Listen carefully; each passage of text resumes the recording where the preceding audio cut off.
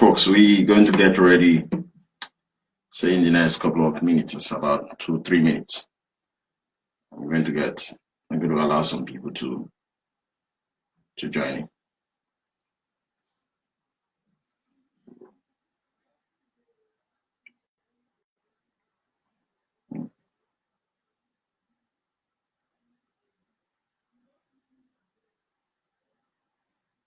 Yeah.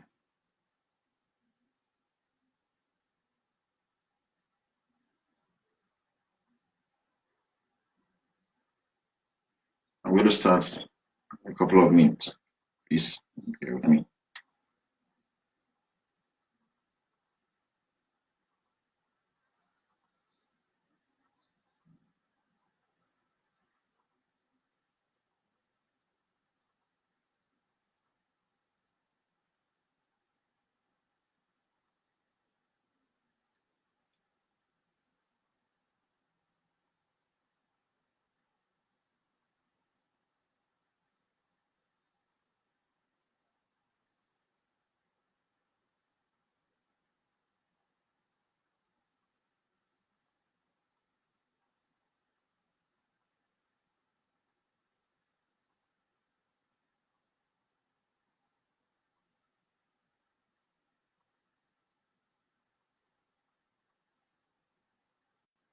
Yeah. I think a number of people are with us now.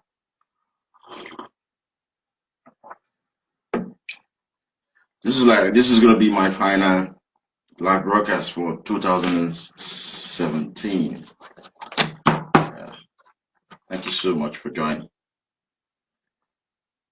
Thank you so much. I'm just waiting for a couple of people to join us so that we can start. Folks, I'll be speaking English today, and this is deliberate for people who do not understand Yoruba language. I'm a Yoruba citizen. Our indigenous language is Yoruba language, not English. I'm not English, so I see no reason why I should be communicating to people in English. I would rather speak my indigenous language, which is Yoruba. I'm very proud of it. Aside that, I flow naturally speaking Yoruba language, but for today's lecture, I will speak English for the benefit of non-Yoruba who will be joining us later tonight. Tonight, I will be speaking on Yoruba land as the economic backbone of Nigeria. I have always made this claim since 2012, saying that Yoruba produce 49% of the income of Nigeria, and we produce 80% of the gross domestic product of Nigeria.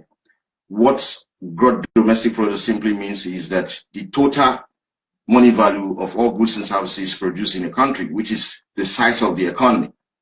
This is what I've been saying since 2012, until this year when the Minister for Finance, Mrs. Kemi, came out and said that Lagos State alone produces 55% of the VAT of Nigeria, which is actually 60%. And then she also came out and said that Lagos State alone produced 40% of the gross domestic product of Nigeria. Ogun State produced 20% of the gross domestic product of Nigeria. So when you combine Lagos and Ogun, that is 60%.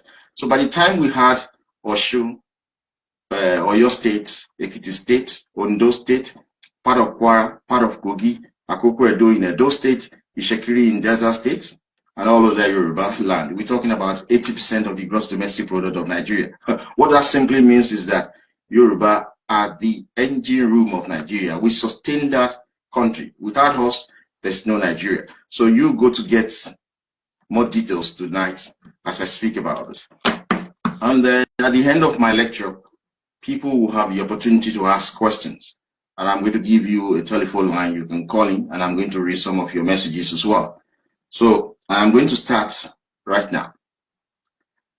First thing I would like to say is to talk about where does the federal government of Nigeria get money. See, the federal government of Nigeria is just like a tax collector. It doesn't create wealth. It just collects money from the various entities that makes up the country called Nigeria. So The federal government of Nigeria is like a collector. Federal government of Nigeria gets revenue from 7 major sources. These sources are also government agencies, and I'm going to list them as we go along. The first source of revenue of the federal government of Nigeria is the Nigeria National Petroleum. It is called NNPC. The second sources of the revenue of the federal government of Nigeria is the Nigeria Customs Service, NSC. The third one is the Federal Inland Revenue Service. It is called FIRS.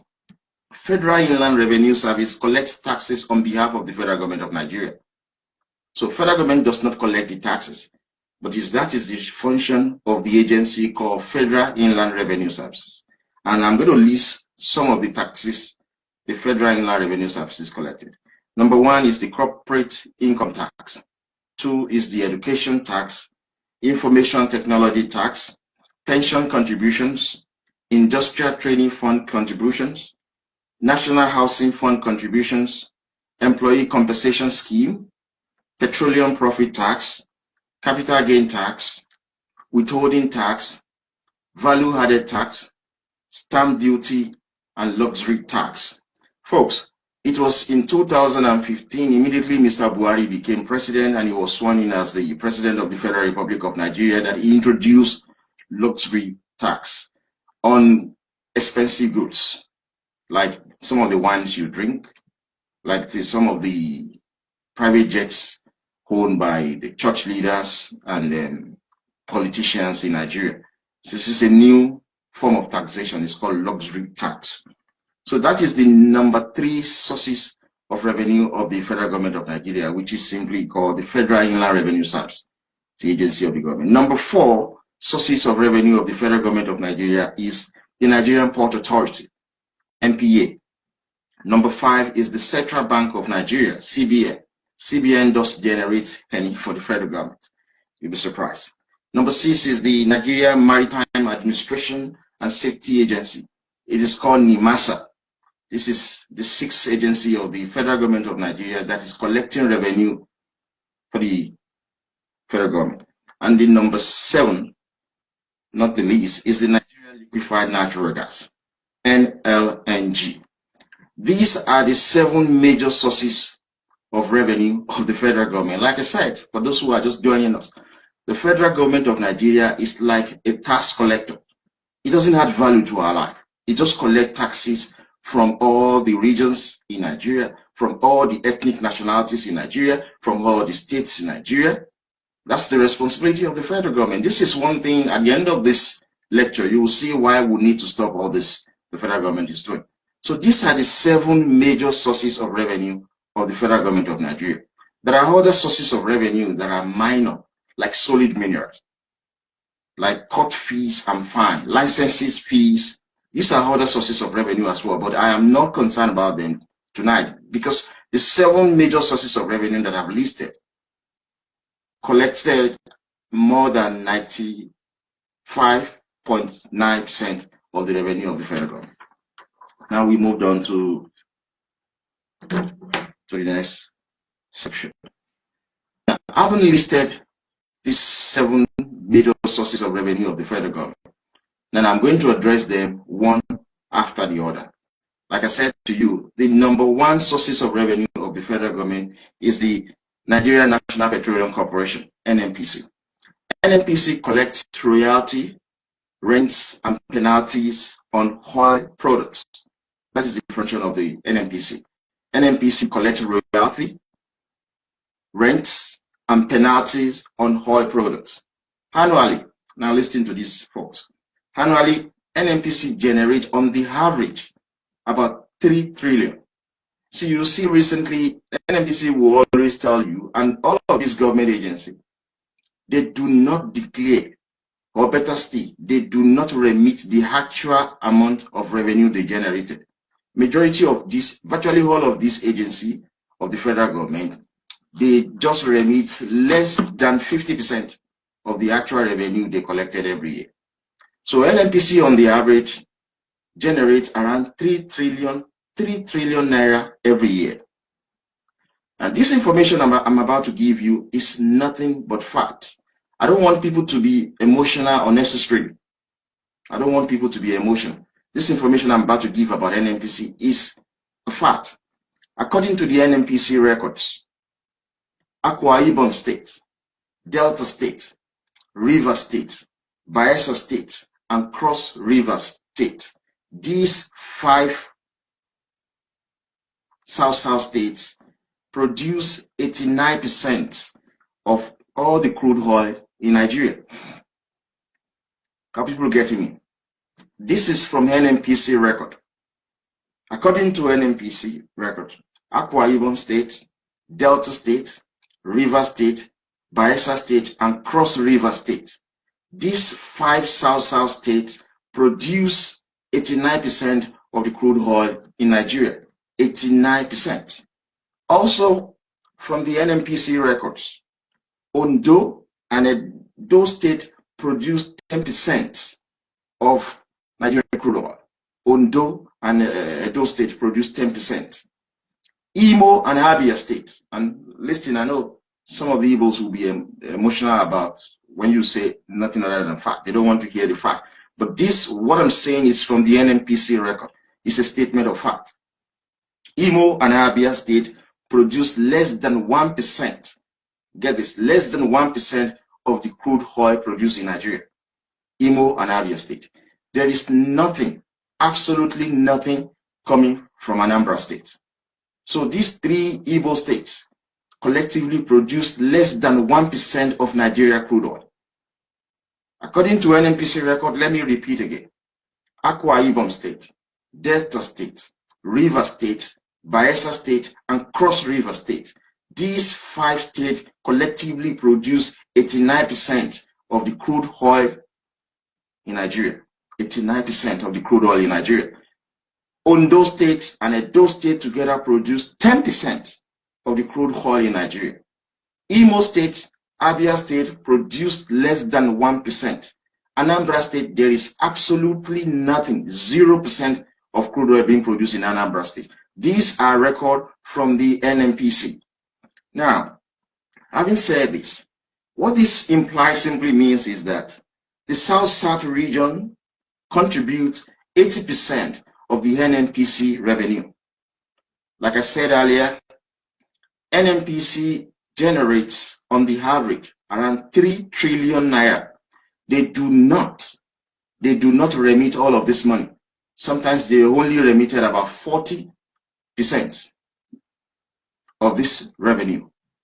This is as a result of what is going on in Nigeria. Everybody is just corrupt one way or the other.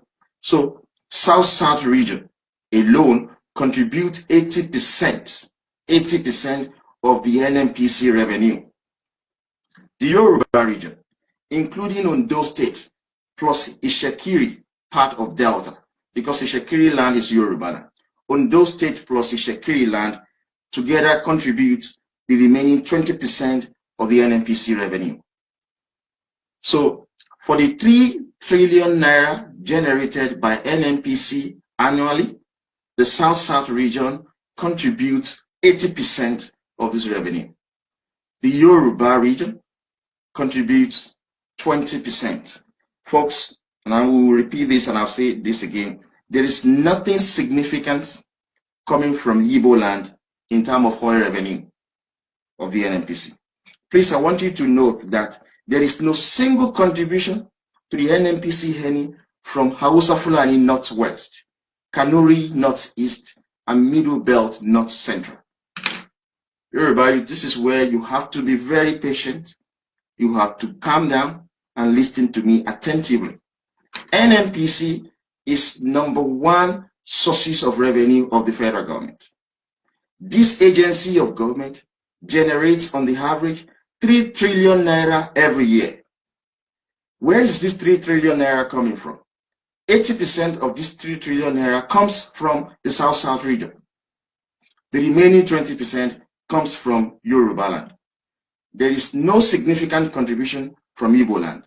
There is 0% contribution from Hausa Fulani land. There is 0% contribution from Kanuri land. There is 0% contribution from the Middle Belt. But the shocking reality is this. Under the sham unitary system we operate in Nigeria, the people who contributed 0% to the NNPC revenue, that is the Hausa Fulani Northwest, the Kanuri Northeast, the Middle Belt North Central, get the lion's share of NNPC revenue. Yoruba youth.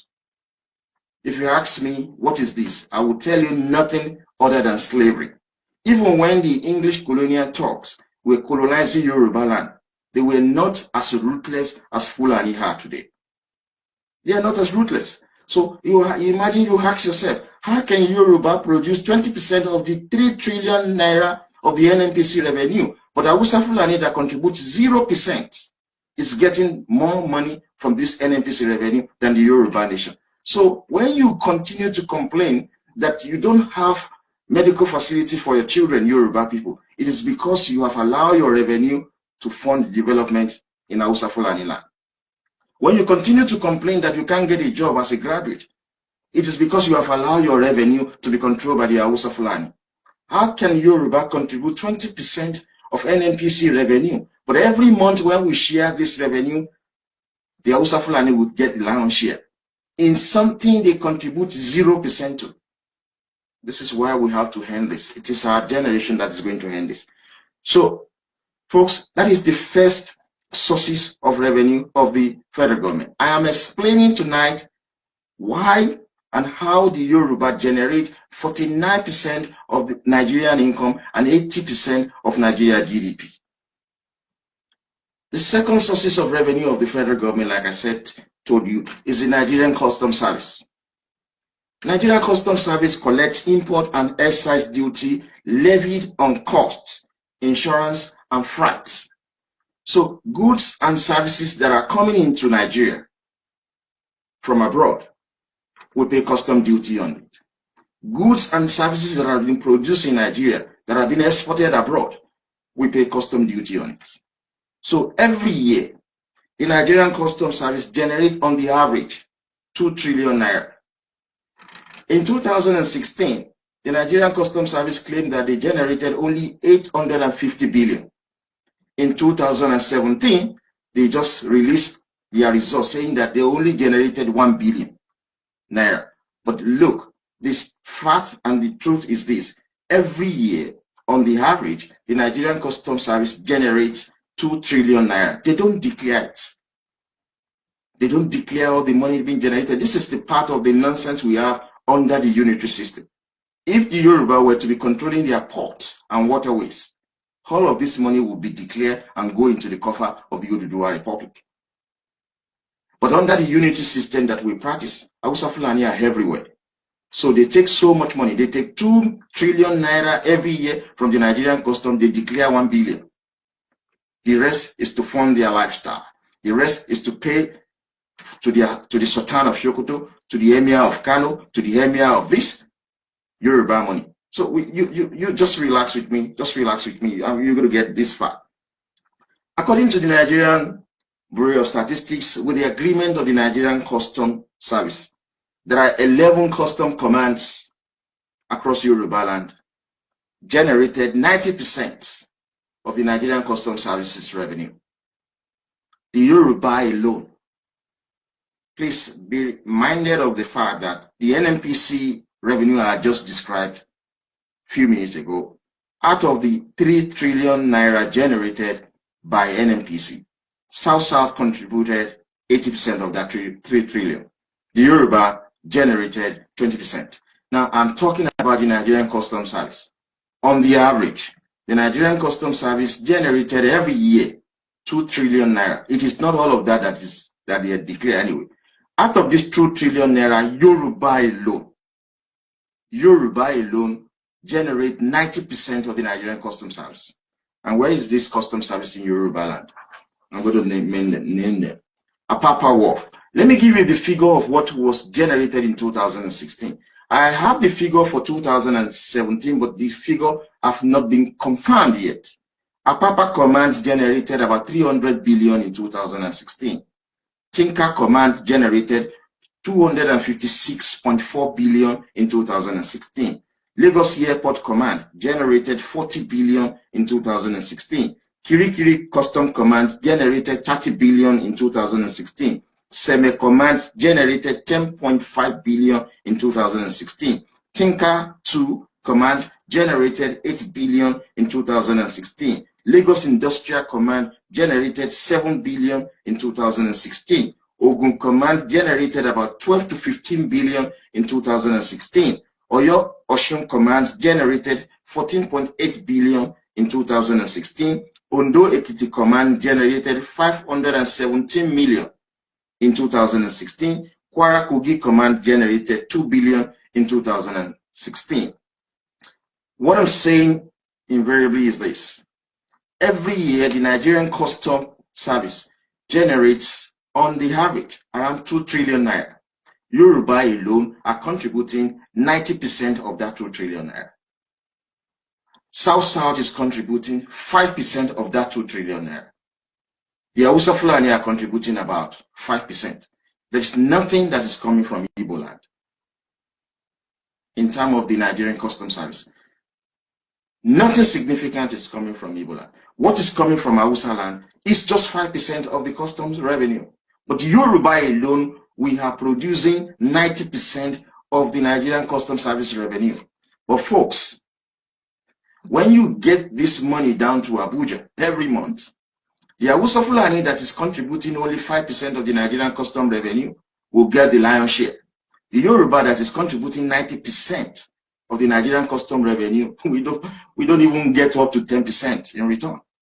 So again, what does this signify? It simply means slavery. When the English colonial thugs were colonizing our ancestors, they were not as ruthless as Fulani were, or as Fulani are today. The Fulani are so ruthless, they have taken Yoruba to be slave. The English were not even taking our resources the way Fulani are taking our resources in Yoruba land. How can a government agency, the Nigerian Customs Service, generates 2 trillion every year, and 90% of this money is generated in Yoruba land? But when you take this money down to Abuja every month, Hausa Fulani will pick up the lion's share. It doesn't happen anywhere. You see, this kind of treatment can only happen to people who are slaves. But you and I agree that slavery is long gone. But Hausa Fulani are still enslaving the Yoruba nation. So tonight I'm explaining to you why and how the Yoruba alone generate 49% of the income of Nigeria and 80% of the gross domestic product of that country. Folks, we're going to stop this. Nobody should accept this. No one should accept this. So that is it on the Nigerian Customs Service. And let's move to number 3. And then, folks, I want you to just be patient with me. I will have to explain in details some of these things you don't understand. Right from generation before us, people have erroneously believed that Nigeria is based on oil money. We fund government services on oil money. This is simply erroneous. Oil money only contributes 30% of the revenue of the federal government of Nigeria. The 70% is from non-oil sector. So I'm going to take my time to explain in slow motion, in details for you who are watching me, because some of you are not economists like I am. Some of you study Yoruba, some of you study French, like Pius Adesami. He's got no clue about what I'm saying. Believe you me, he has no clue. He's got a Bachelor of Arts French, Master of Arts French, PhD French. He's got no clue about what I'm saying. He cannot speak for the Yoruba nation. So I'm going to explain to you right now the third sources of revenue of the federal government, which comes from the Federal Inland Revenue Service, FIRS. FIRS collects and administers taxes on behalf of the federal government. So Federal Inland Revenue Service collects and administers taxes on behalf of the federal government. Now let me give you a list. Each year, Federal Inland Revenue generates on the average 8 trillion naira. Like I said to you, all of this money are not remitted to the account of the federal government. Federal Inland Revenue Service generates on the average 8 trillion naira, but not all of this money is declared. So where is this money coming from? This is where you have to be patient with me, folks. You have to be patient with me. where is this 8 trillion naira of the Federal Inland Revenue Service coming from? Number one is the corporate income tax. Excuse me. Number one, corporate income tax. Number two is education tax. Number three is information technology tax. Number four is the pension contribution. Number five, industrial training fund contributions. Number six, national housing fund contribution. Number seven, employee compensation. Number eight, petroleum profit tax. Number nine, capital gain tax. Number 10, withholding tax. 11, value added tax. 12, stamp duty. And recently introduced number 13, luxury tax. These are the taxes collected by the Federal Inland Revenue on behalf of the federal government of Nigeria. Now, you know all of these taxes. I'm going to tell you, where are these taxes coming from? Are they coming from Hausa land? Are they coming from Yoruba land? Are they coming from Ibo land? These are things you need to know, Yoruba youth. Because for you to get your freedom, you must be enlightened. If you are enlightened, believe you me, nobody will give you nonsense. Nobody will treat you as slaves anymore. It is because our groups, majority of our members are enlightened. That is why we have insisted on Oduduwa Republic organized violence.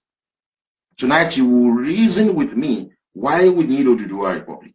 You will reason with me tonight why we must take back our country from the control of the Hausa Fulani. You will reason with me that tonight on why and how we must make Yoruba land great again. According to the Nigerian Bureau of Statistics, 80% of the Federal Inland Revenue Services revenue comes from Yoruba land. Are you shocked? Don't be shocked, I'm going to tell you. We can't just give you figures without explaining the rationale behind it. 80% of the revenue of the Federal Inland Revenue Services comes from Yoruba land. The North, including the Hausa Fulani Northwest, the Kanuri Northeast, and the Middle Belt North Central, contributes only 12% of the Federal Inland Revenue Service. And I told you earlier that Federal Inland Revenue Service generates, on the average, every year 8 trillion naira, but they do not remit even 40% of the money. They don't remit it. So this is what they generated. The North as a whole, the three blocks from the North Central, the Hausa Fulani Northwest, the Kanuri Northeast, collectively contribute only 12%, where Yoruba alone is contributing 80%. The South, excluding Ishakiri, and the Southeast together contribute the remaining 8%. And I'm going to explain to you how this is what you need to know now. How? Here is how the Yoruba generate 80% of the Federal Inland Revenue taxes. I'm going to tell you this. All companies registered in Nigeria paid a portion of their profit as company tax is 30% of their profit. Education tax, 2% of their profit. Information technology tax, 1% of company's profit. Pension contribution, 18% of their profit. National Housing Fund contribution, 2.5%. Industrial Training Fund contribution, 1%. Employee Compensation Scheme, 1%. So all companies registered in Nigeria, they must pay a portion of their profit as corporate income tax, education tax, information technology tax, pension contribution, National Housing Fund contribution, Industrial Training Fund contribution, and Employee Compensation Scheme. So all the companies in Nigeria must pay all of this from their profit. Now, we need to understand how much is the portion that the Yoruba are paying. I've simply told you that 80% of the 8 trillion naira generated by the Federal Inland Revenue Services every year comes from Yoruba land. 80%. So that means Hausa Fulani, like I said, only contributing 12%. Now, where is this 80% coming from Yoruba land? This is it. According to Corporate Affairs Commission, what I'm telling you tonight, you can cross-check it on Corporate Affairs Commission's website. It is called CAC. Their head office is at Abuja. They registered all companies in Nigeria. According to CAC, 85% of all companies registered in Nigeria are located within the Yoruba land. Interesting. Let me just quickly tell you this. Why are 85% of companies in Nigeria located in Yoruba land? It's very simple. One, there is natural resources in Yoruba land. Two, there is human resources in Yoruba land. People are going to school. People are acquiring human capital development. So people are very smart across Yoruba land. This is why the companies are there. Third, there is stability in terms of security of life and property. The security of life and property. These three major factors are the reason why we have 85% of all registered companies in Nigeria located in Yoruba land. Raw material, human capital development, security of life and property. The Hausa Fulani youths are not going to school. They would rather go to Islamic study. So there is no human capital development there. The Canary youths are into terrorism. So how many companies want to go there? The Ibo youths are involved in organized crime in the east. And then the Niger Delta youth, they call them militant, but they are actually freedom fighters. Because for far so long, their resources has been used for the benefit of the Hausa Fulani, and the youth are now rising up and are saying, look, we can't take this nonsense anymore. But according to the Corporate Affairs Commission, 85% of all registered companies in Nigeria are located within Yoruba land. Do you know the implication of that? So that means that the Yoruba region of Nigeria is responsible for 85% of company income tax. The Yoruba nation is responsible for 85% of education tax. The Yoruba nation is responsible for 85% of information technology tax paid to the federal government. The Yoruba nation is responsible for 85% of pension contribution. We are responsible for 85% of National Housing Fund contribution. The Yoruba nation is responsible for 85% of Industrial Training Fund contribution. And Yoruba nation is responsible for 85% of Employee Compensation Scheme. We pay 85% of the company income tax in Nigeria. The Yoruba people pay 85% of the education tax. We pay this money. And the Yoruba youth will say we're spending oil money. You're not spending oil money. People are paying tax. And I'm going to show you tonight. And this is what you're going to get to see. Let me now take it one step at a time. What is company income tax? For the benefit of those who do not understand. Yoruba land is responsible for 85% of company income tax paid to the federal government of Nigeria. But Yoruba land economy is not sustainable because the profit paid goes to finance economic growth and development in the north. We pay 85% of income tax, corporate income tax. They will take this money down to Abuja and they will share it according to the number of states, according to the number of local government, and according to population figure. Who has the highest state? Hausa Fulani. Who has the highest local government? Hausa Fulani. Who has more population? Hausa Fulani. Even though the population is fake. But the money is generated by Yoruba people. 85%. You take this money down to Abuja and you give this money, the Hausa Fulani will take lion's share of this money. This is nothing other than slavery. Hausa Fulani are using your corporate income tax to fund their own lifestyle. That is where we pay Sultan of Sokoto. Yoruba money is paying salary of Sultan of Sokoto. It's paying all the governors in Hausa Fulani land. It's paying all their legislature. It's paying all of their politicians. It's paying all of their emir. The money that is generated from Yoruba land. This is nothing other than slavery. Even when the English colonized our ancestors, they were not as ruthless as the Fulani are. That is what they do with your company income tax. I'm going to shock the Yoruba youth, particularly when I talk about the education tax.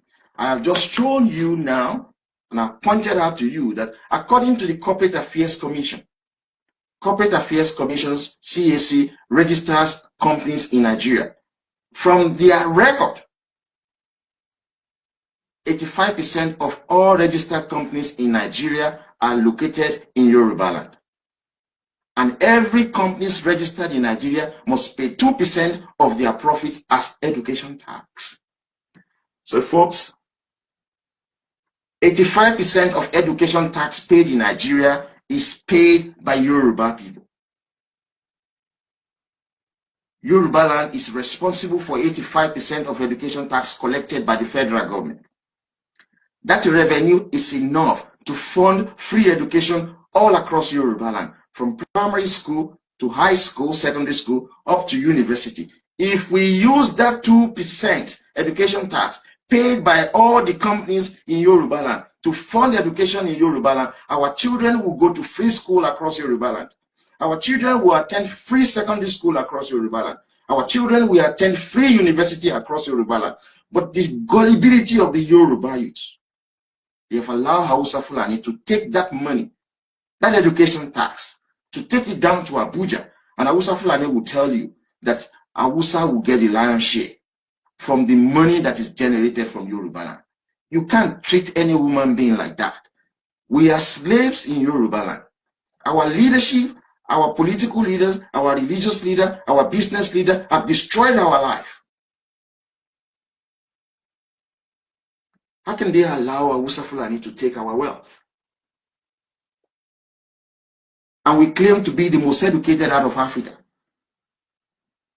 The education tax paid by companies in Yoruba land is enough, is sufficient to fund free education for all in Yoruba land. How did Awolowo do it? It is from these taxes when we practice regional system of government. But since we have been practicing unitary system, Hausa Fulani, you will take your education tax down to Abuja and use it to fund the lifestyle of Hausa Fulani people. They will use it to fund the lifestyle of Hausa Fulani politicians. They will use it to fund the lifestyle of their emir, of their sultan of Sokoto. And you, Yoruba, you open your mouth and claim to be the most educated out of Africa. You are not educated. You are a slave. You are slaves. But my generation is here to stop it, and we will stop it for good, believe you me.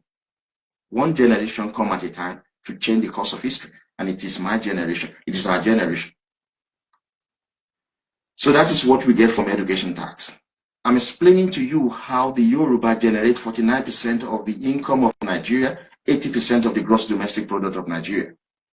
When you have so much power like that, there is this saying in Yoruba, "Lanento lowo. You have enormous power. Eledumare gave you Atlantic Ocean. Eledumare gave you a shoreline. Eledumare gave you good weather. Eledumare gave us so much, and we traded it because we are afraid to confront Fulani. So we live in penury. We live in poverty. We live in destruction. And we look up to English. We look up to white America. Oftentimes we call them racist. These are people who have shown to the world that they can build civilization. We have a better civilization than the English, but everything has been ruined by the Fulani. Fulani don't have any civilization like the Yoruba do. The governor of Oyo State, Senator Abiola Ajimobi, complained in a video I watched. He was telling Yoruba youth, he was saying it in Yoruba, Ibo leti fẹ́ jẹ́ kí n fi rówó fi sanwó àwọn òṣìṣẹ́, Ibo leti fẹ́ jẹ́ kí n fi rówó fi sanwó àwọn teacher yín ní Lautech. Sarah reporter Omoyele Sowore, because that one is a criminal anyway. He's always taking money from APC, he's taking money from PDP. He lives in America, unable to attain his full human potential. If not for the bullshit he's using his Sarah reporter to do, because he's written nonsense about me anyway, because I dislike him so much. He will have been working in McDonald's in America. Ajimobi said nothing but the truth. He was telling the Yoruba youth that where is he going to get money to fund your education? He's literally telling the Yoruba youth that your money is going to Abuja to fund the lifestyle of Hausa Fulani. If you cannot fight and get back your money, there will not be enough money to fund anything in Yoruba land anymore. So I'm challenging Yoruba youth. Ask yourself, every company registered in Nigeria pays 2% of their profit as education tax. We have 85% of all companies in Nigeria are located in Yoruba land. Yoruba alone, we are paying 85% of education tax. If that money is reinvested into Yoruba education, all of you in Yoruba land will never pay school fees anymore. Your children will go to good school because we will have sufficient income, we will have sufficient money to fund free education. But we cannot fund free education because that money is funding something else in Hausa Fulani land. That money is funding something else in Kanuri land. That money is funding something else in Middle Belt. That money is funding something else in Ibo land. It is Yoruba money. Now let's go to information technology tax. Information technology tax is payable by specified companies with turnover of 100 million above. Any companies in Nigeria that has 100 million turnover and above pays information technology tax. You don't know, that is 1% of their profit. These companies include GSM service provider, service provider, and telecommunication companies, cyber companies, internet providers, pension managers, and pension-related companies, banks and other financial institutions, and insurance companies. These are all the companies that must pay information technology tax as long as they have a turnover of more than 100 million naira. Information technology tax is 1% of their profits. Based on the Corporate Affairs Commission that says that 85% of all registered companies in Nigeria are located in Yoruba land. Yoruba alone, we are paying 85% of information technology tax in Nigeria. Do you know what that money should be used for? That money should have been used to fund our telecommunication in Yoruba land. That money should have been used to provide free internet for all universities and secondary school as well as primary school across Yoruba land. In England, I think they are using 5G now. In China, they are using 5G now. In Japan, they are using 5G now. 5G technology. In America, I believe they must be thinking of using 5G or 6G if there is anything called that. The information technology tax paid by companies in Yoruba land, the money generated in Yoruba land is enough, is sufficient for us to fund 5G technology across Yoruba land. But we are not funding anything with that because all the money goes to Abuja. Hausa Fulani will sit on top of your money, Yoruba. Shebi, you said it is oil money. So you see yourself, it is not oil money. It is your taxes. Hausa Fulani will sit on that money and use it for the development of Hausa Fulani land. They will use it for the development of Kanuri land. They use it for the development of the Middle Belt. The money is generated from you. If you don't know what is slavery, this is what I'm defining to you. Every companies in Yoruba land paid information technology tax, which is 1% of their profit. 1% of their profit. We have nothing to show for it. Our internet is not working in Yoruba land. Our technology is still backward. The money that should be reinvested into the Yoruba economy is taken down to Abuja for the benefit of the Hausa Fulani. That is why Sultan of Sokoto will open his mouth and say rubbish. That is why the Hausa Fulani Emir will open their mouth and say nonsense. That is why Buhari will tell you that he will kill, he will kill, he will kill. Because they control you. Because they see you as slaves. I'm still talking about Federal Inland Revenue Service. I'm talking about the taxes they collected. Don't forget, don't lose focus. The internet connectivity is very poor across Yoruba land. Because the money that is supposed to be reinvested to build our telecommunication has been taken away to Abuja. We have nothing to show for it. When your companies are paying information technology tax, 1% of their profits every year in, year out, since the suspension of regional government, this money should be reinvested into the into the Yoruba economy, but it's going to Abuja for the benefit of the Fulani. Then I'm going to talk about pension contribution. It is part of the funding, the taxes collected by the Federal Inland Revenue as well. Pension contribution. All employers in public and private sectors that have 15 or more employees are required under the Pension Act 2014 to participate in a contributory pension scheme in favor of their employees. If you have up to 15 employees working in your company, you must participate in pension contribution.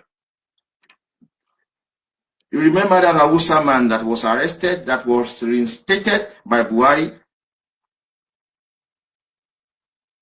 that stole the pension fund contribution. You remember? He's an Hausa guy. But I'm going to show you tonight that 85% of the pension fund contributions is contributed by the Yoruba people. But Hausa Fulani are put in charge to manage your fund. See your life. You go to America, you abuse white Americans and call them racist.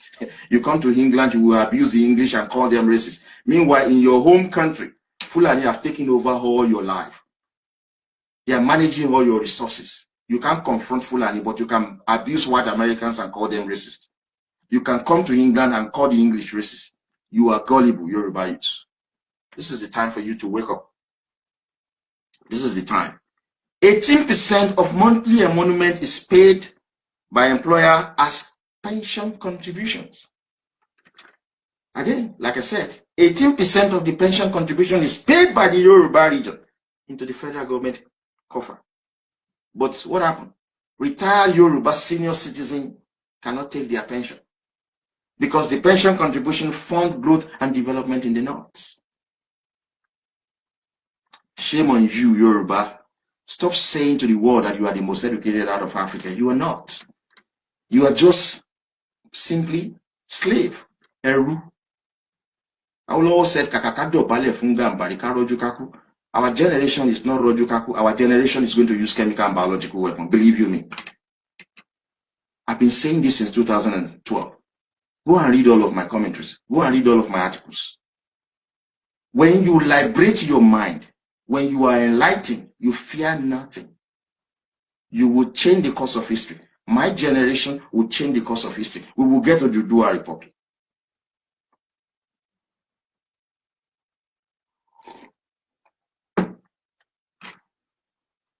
Yoruba people paid 85% of pension contribution in Nigeria, but all of the money goes to Abuja to fund the lifestyle of Hausa Fulani. But Yoruba senior citizens, after their retirement, cannot get their pension. They queue up. Some of them die queuing up. And you said you are the most educated out of Africa. You are not the most educated out of Africa, Yoruba. You are gullible, particularly Yoruba youths. So I'm going to go to the next taxes collected by the Federal Inland Revenue Service. It is called Industrial Training Fund Contribution. Most of the youth will get this concept because most of you do industrial attachment. Industrial Training Fund Contribution is applicable to employers with a minimum of 5 employees. If you have 5 employees in your company, that company must pay Industrial Training Fund Contribution. And employers pay 1% of the annual payroll cost to the Industrial Training Fund Contribution.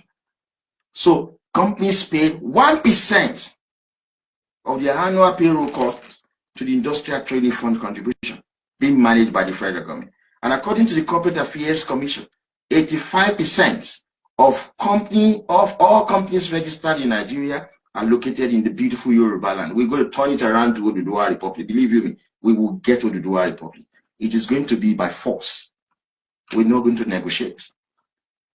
So when we do pay 85% of the Industrial Training Fund contribution, how many Yoruba youth today have opportunity to industrial attachment?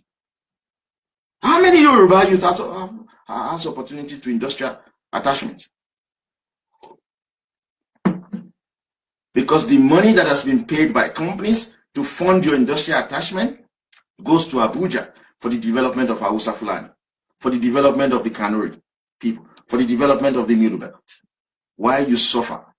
You want to run to America, and you said you want American dream. Where is the Yoruba dream? You want to come to England to change your life, but you cannot confront Fulani. But you come to England, you abuse the English, saying they are not treating you well. They have built their nation. It is now time for you and I to build Yoruba nation, because our nation is not Nigeria. Nigeria was created by the English colonial Turks. You can't do industrial training attachment, but Yoruba fund 85% of the funding for the industrial training fund contribution comes from Yoruba land, but Yoruba are not benefiting it. The next thing is National Housing Fund contribution. It's going to shock you, this one is as well. It will shock you.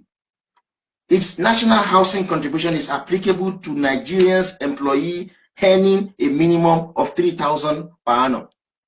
Anyone that earns 3,000 naira per year must pay National Housing Fund contribution. What is the minimum wage per month? 18,000. By law, everybody must earn that money every month. So everybody working in Yoruba land is paying National Housing Fund contribution. Do you know how much it is? It is 2.5% of your basic salary, which is deducted and remitted into the Federal Mortgage Bank of Nigeria. Do you know what that organization is called? Federal Mortgage Bank of Nigeria.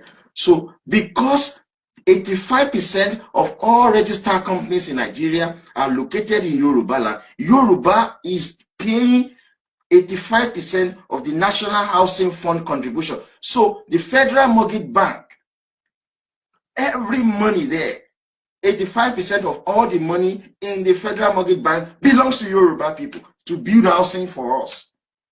But they are using it to build houses for Hausa Fulani in the north. Aye Yoruba ti baje. And you open your mouth and say, Owo epo la no. Where is the nonsense? Owo epo. Owo epo kole no. These are the taxes collected by the government. And Yoruba are the one paying it. We paid 85% of the National Housing Fund contribution. Yoruba literally go to Lagos. People are sleeping in toilets, Yoruba people.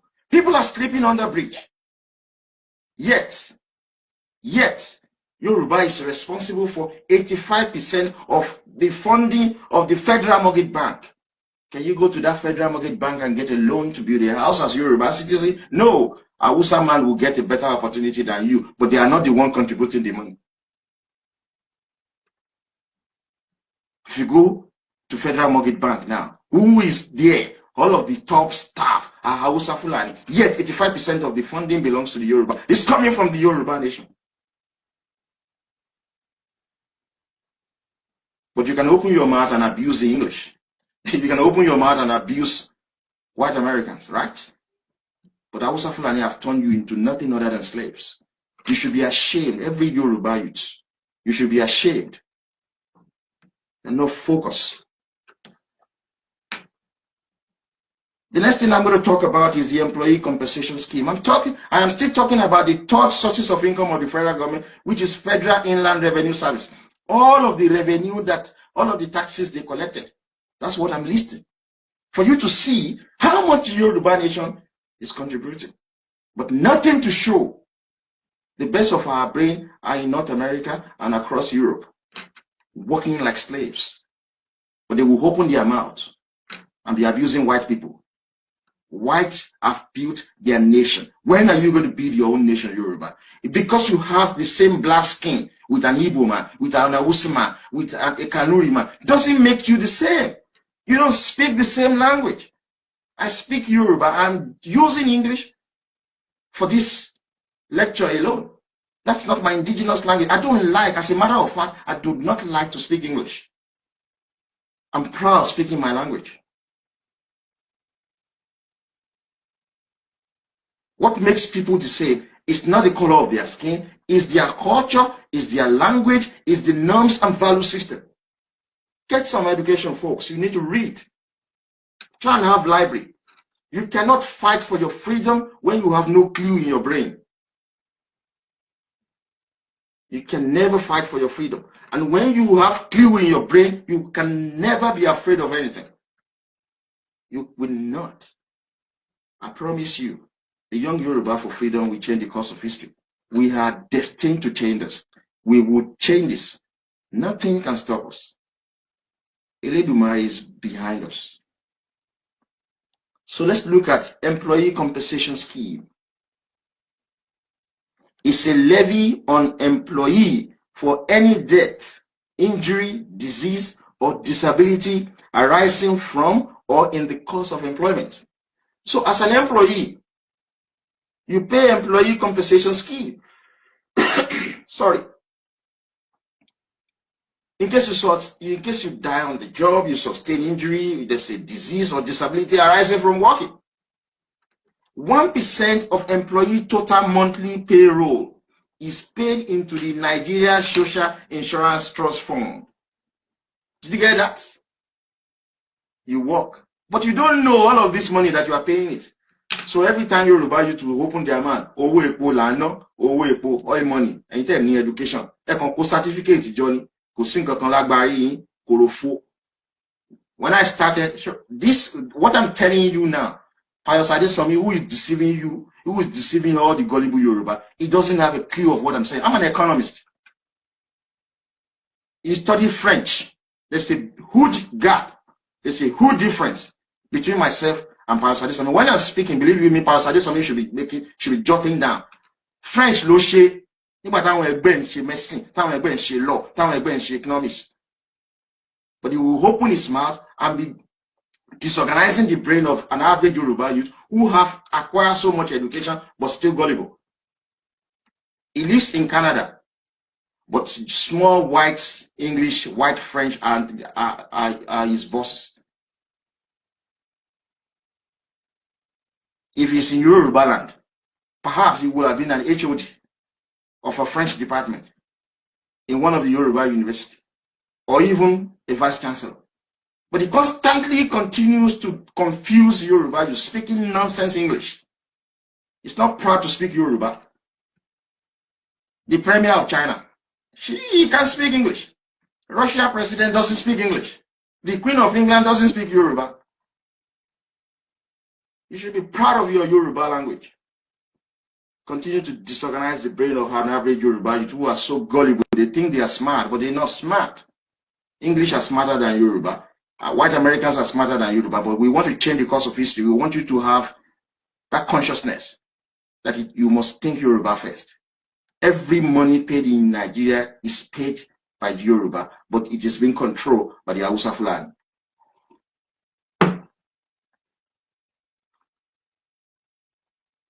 So 1% of employee total monthly payroll is paid into the Nigeria Social Insurance Trust Fund. The Nigerian Social Insurance Trust Fund is essentially to take care of you when you sustain injury, disability, disease, or even death while working. You pay money into that organization. 85%, Yoruba contribute 85% of the funding of the Nigerian Social Insurance Trust Fund. But the fund benefits only the Hausa Fulani and the Yoruba workers who have suffered death, trauma, disease, or disability arising from employment has nothing. They have nothing. Yoruba, you are the one paying 85% of the Nigerian Social Insurance Trust Fund. If we have Oduduwa Republic, that money will be reinvested into the Yoruba economy, but that money goes to Abuja for the benefit of the Hausa Fulani. And you open your mouth and say, oh, now let me go to other taxes collected by the Federal Inland Revenue Service. Federal Inland Revenue Service. We're still talking about the third sources of revenue of the federal government. I'm just listing all of the taxes collected by the Federal Inland Revenue Services. There's so many.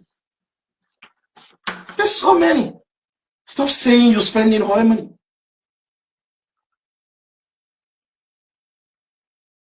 You see? So let's continue. Now, let me re-educate the Yoruba youths. When you hear the word petroleum profit tax, what comes to your mind is that crude oil. You're making a mistake, and I will educate you tonight. See, petroleum profit tax is levied on income of companies engaged in upstream petroleum operation. So, what is upstream petroleum operation? It is companies that are extracting crude oil, like Shell, Total Fina Health, Conoco Oil, Conoco Phillips Oil, Corn Oil, and the rest of them. They extract crude oil.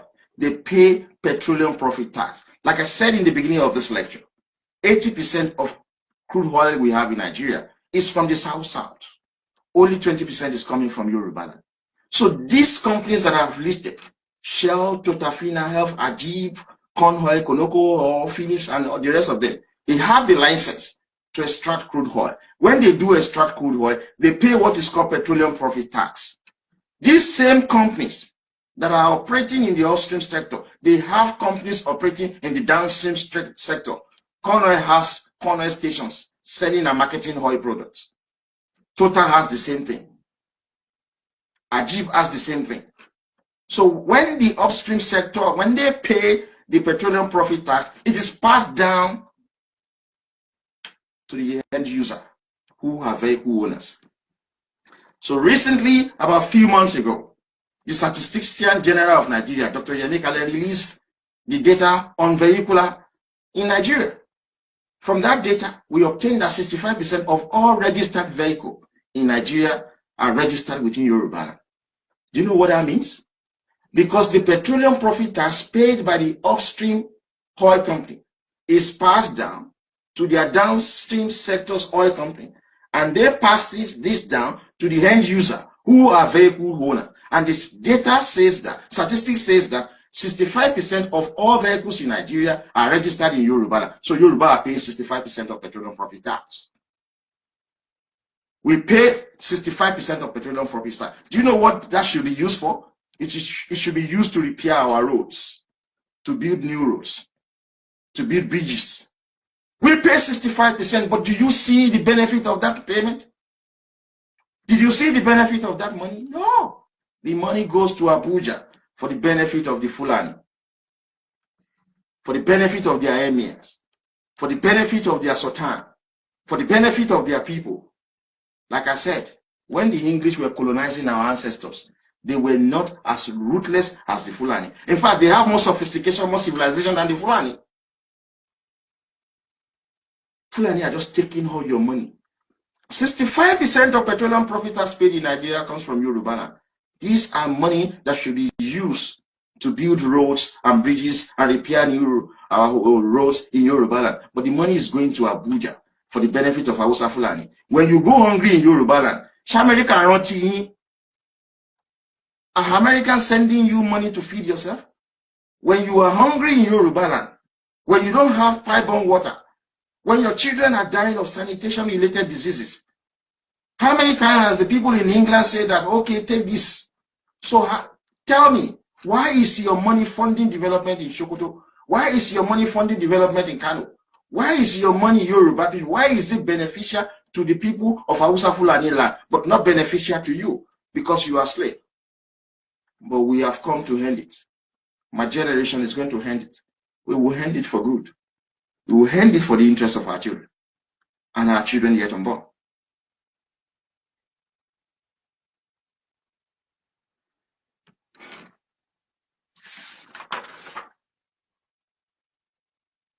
So the money we pay, the petroleum profit tax we pay, 65% of it is paid by the Yoruba nation, but it goes to Abuja for the benefit of the Hausa Fulani.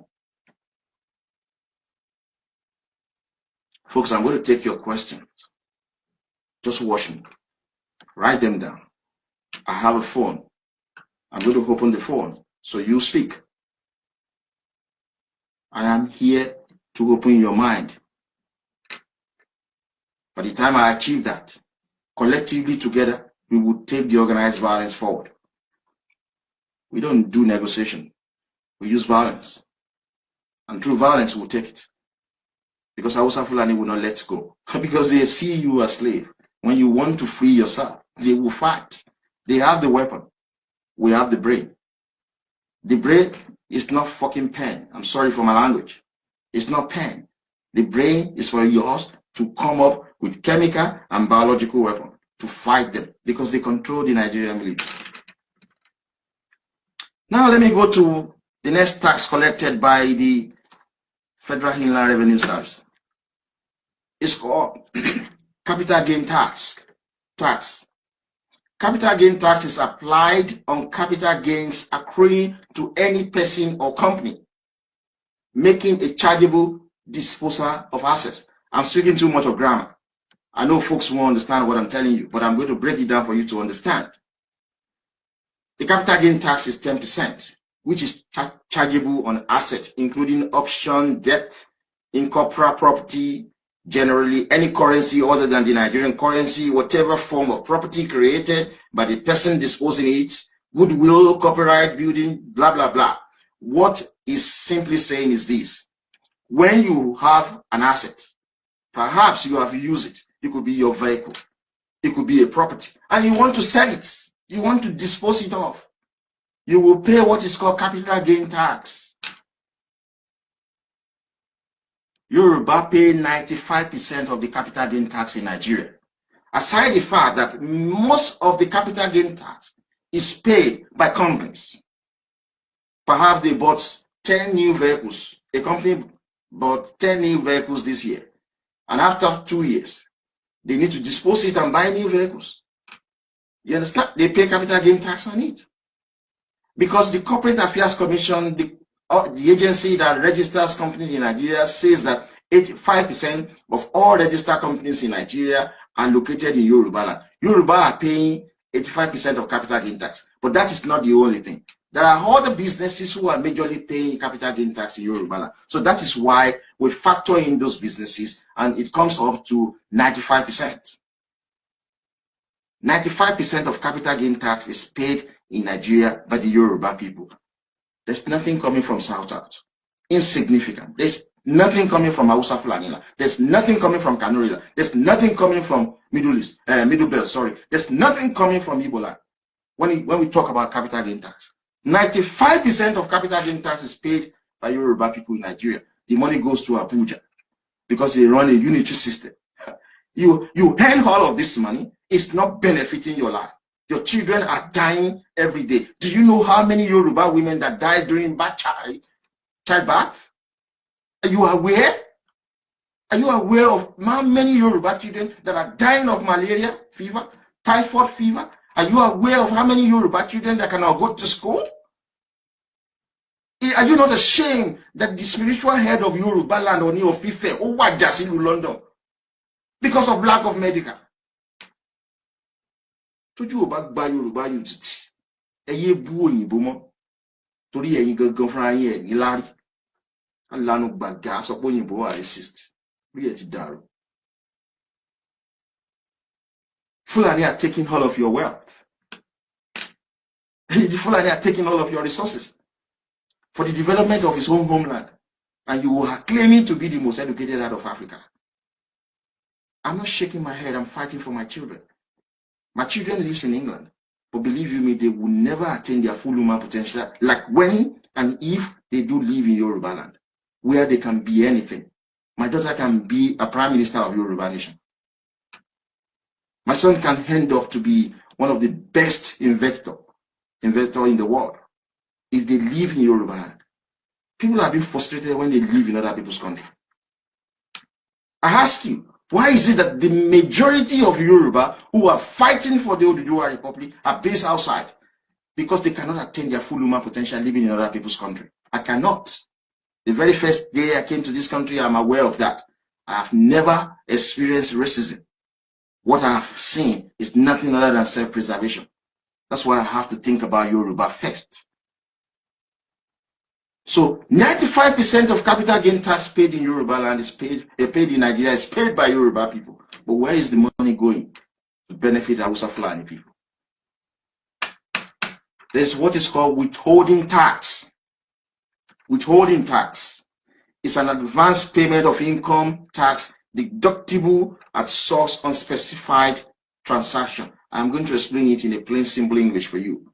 The tax is applied on dividend, interest, rent, royalty, hire equipment, motor vehicle, plant and machinery, commission, consultancy, technical and management fees, legal fee, audit fee, and other professional fees, building and construction and connected activities, all type of contract and agency arrangement.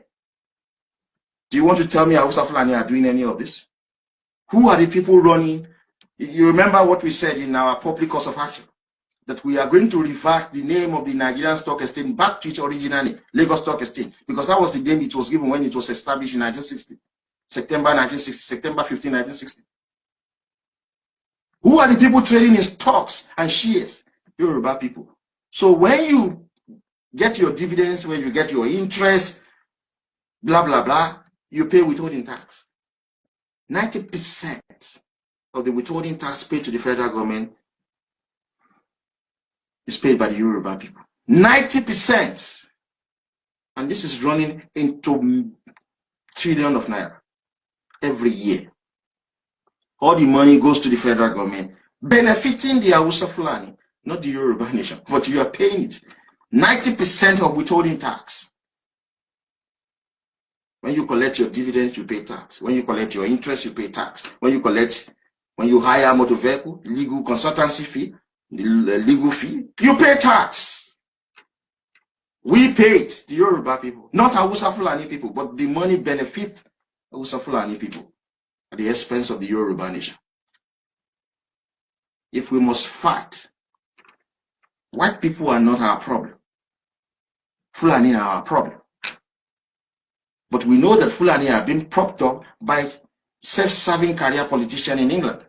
That is why that's why in my address to President Trump, I said the Yoruba nation would like to work with Mr. Trump. The Yoruba nation would like to do business with America. We also like to do business with Russia. We also like to do business with China. Then let's see how the English will not pay for supporting Fulani who are taking our resources.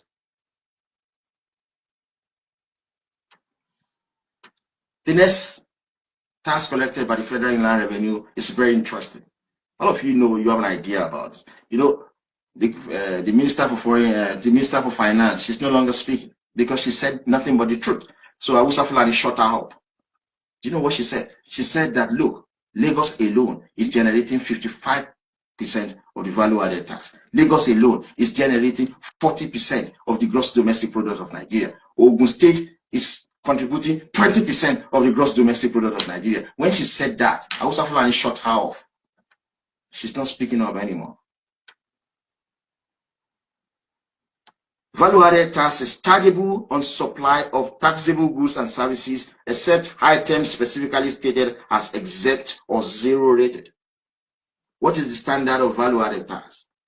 5%. You remember my video on soft drink? You remember my video on beer?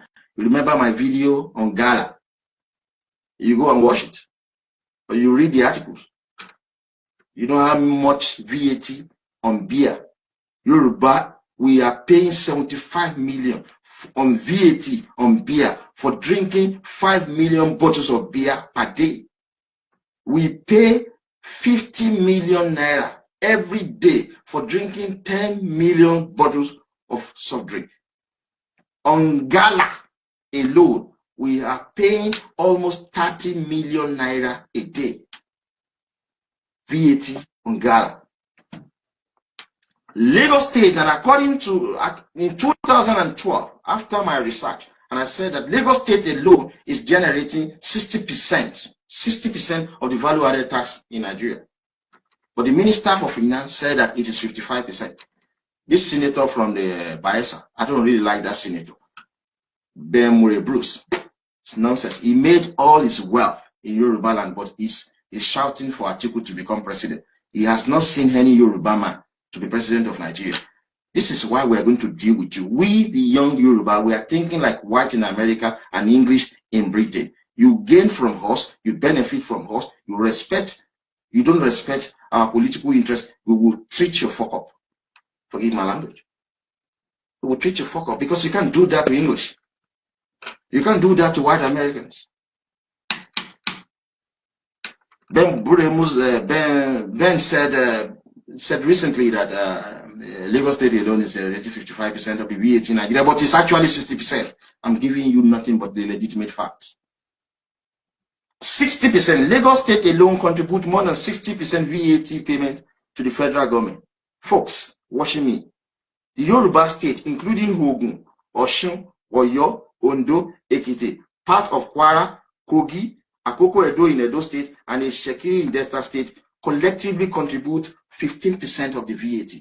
So if you had 15 plus 60, that comes to what? 75. The Yoruba region alone contributes 75% of the VAT in Nigeria. The money does not benefit the Yoruba nation, but the money is benefiting Hausa Fulani. Let me cast back to your mind when Senator Oluremi Tinubu, Asiwaju's wife, she canvassed at the National Assembly that just 1% of the contribution of Lagos to VAT should be reinvested back to Lagos. Gambari voted against it. Do you know what happened? Gambari youth constituted themselves into Boko Haram, started killing everybody in the northwest, killing everybody in the northeast, killing everybody in the north central. They want to rebuild that region now. Do you know where they are going to get money? They will be using 3% of the VAT money. Money that is generated from Yoruba. So folks, you see, when I constantly say that Yoruba are gullible, sorry, I have my facts. You see, I have my facts. One thing I have noticed is that when you are well read, you will not be happy because you will see a lot of problems. You will see a lot of things that makes you unhappy.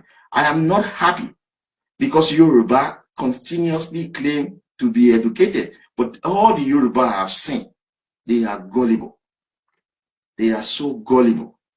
Yoruba will come to other people's country. The moment in Kobe, the moment in Wataizi, the moment in Fobo, the moment in security, their life is okay.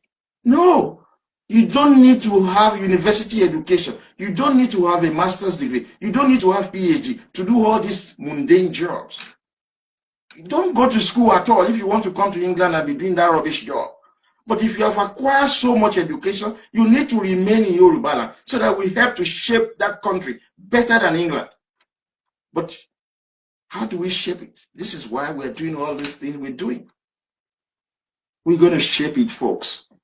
You have to join me because I'm being realistic. We have been taken for granted for far too long. Yoruba contributes 75% of the value-added tax collected in Nigeria. That money goes to Abuja to benefit Hausa Fulani.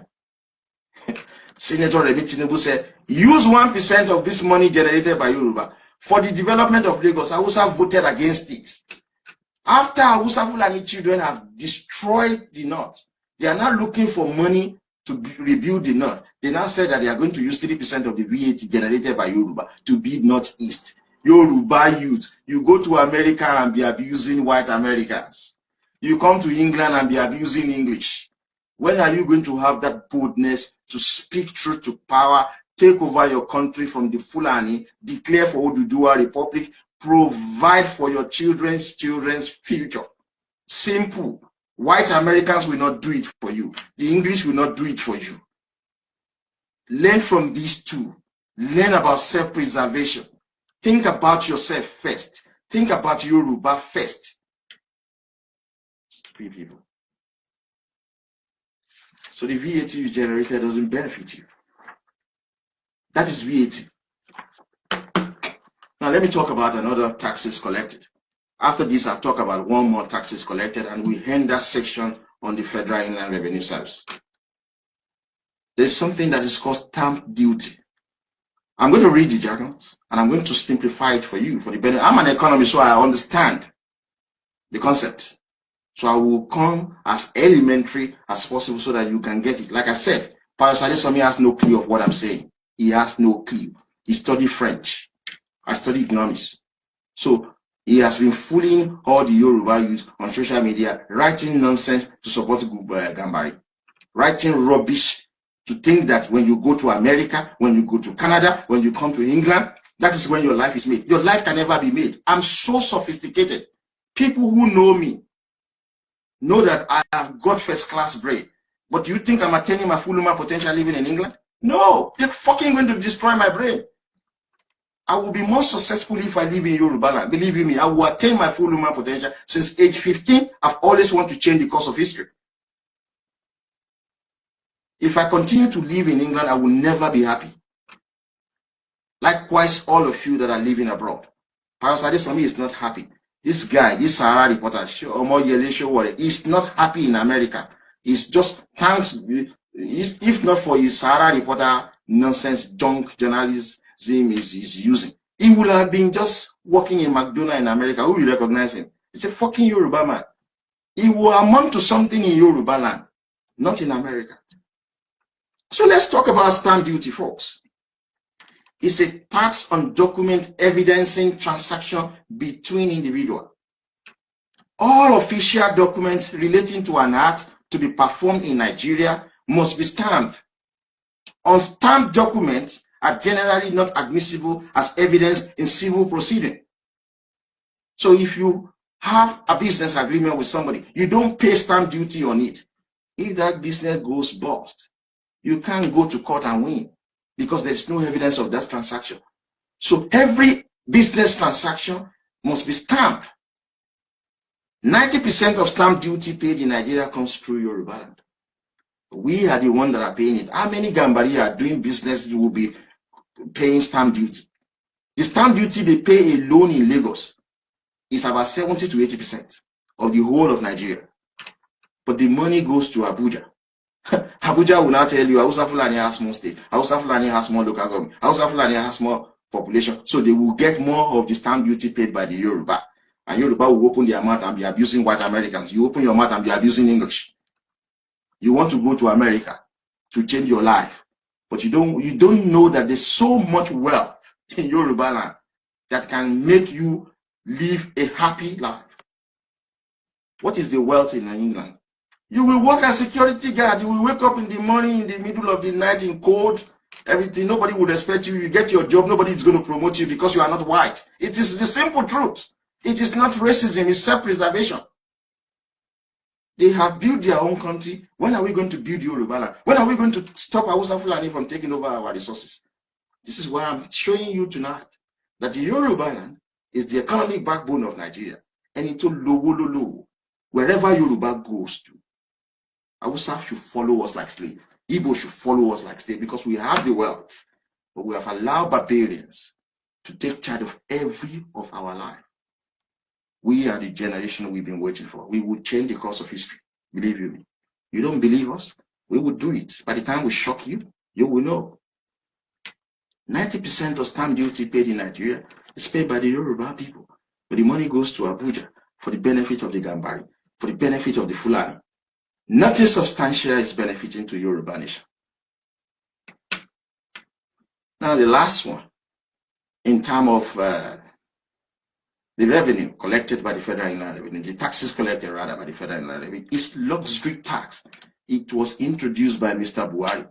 How many Hausa Fulani are wearing the kind of clothes we wear as Yoruba? How many Hausa Fulani are wearing the kind of research? My own is not an expensive research, by the way. How many Hausa Fulani are drinking that beer you are drinking? That brandy you are drinking? Horrible Yoruba idiots. That brandy, everything you are, that clothing you are wearing. How many Gambari are wearing it? But you pay luxury tax on it.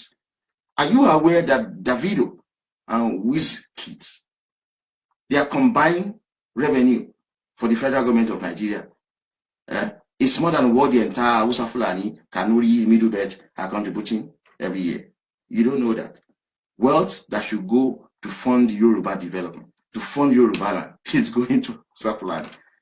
God bless those two guys. And congratulations for winning the best song in Africa and the best international hat to my boy. Let me just say that to my boy Davido and Wizkid. I love you so much. I want you to do more of Yoruba thing. I'm trying to get across to you guys. So what we have Yoruba national anthem. So I'm trying to call you guys up together. You do it for me free. I just want you to come around and then help us to just make some arrangement and sing the Yoruba national anthem. Please, we have to do it. Think Yoruba guys, it's good. Yeah, they're good folks. They're very interesting. So the luxury good, I'm talking about the luxury. You see, special levy have been introduced on luxury items since 2015. It was Buhari that introduced it. The Yoruba people are yielding 60% of the tax on luxury good. They tax you when you buy private jets. They tax you when you are bringing these luxury goods. Yeah, it is good to tax people, but the money is paid by the Yoruba. It should be for the interest of the Yoruba nation first and foremost, but it's benefiting Hausa Fulani people. This is what I disagree with. This is what I don't like. I want my children to come to Nigeria and go to the best school, but this best school will be funded by the tax generated in Yoruba land. I want your children to have access to qualitative health care in Yoruba land, but this will be possible if the taxes generated in Yoruba land is reinvested into Yoruba economy. I don't want to share the Yoruba money with anyone anymore. Americans are not sharing their wealth with us, are they? They are so rich that their country is so developed. England is not sharing their wealth with the Yoruba people. So why should we share our wealth with the Hausa Fulani, with the Kanuri people, with the Ibo? Why? Everybody should be on their own and develop on their own.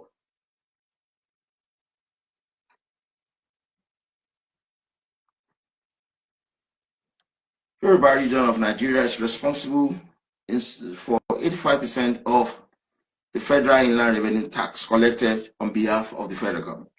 Only 12% of the federal inland revenue services earnings comes from the entire north. However, in terms of revenue sharing, the three regions from the north combined together get the lion's share from the federal inland revenue service. Yoruba alone, we are paying 85% of the revenue of the federal inland revenue service.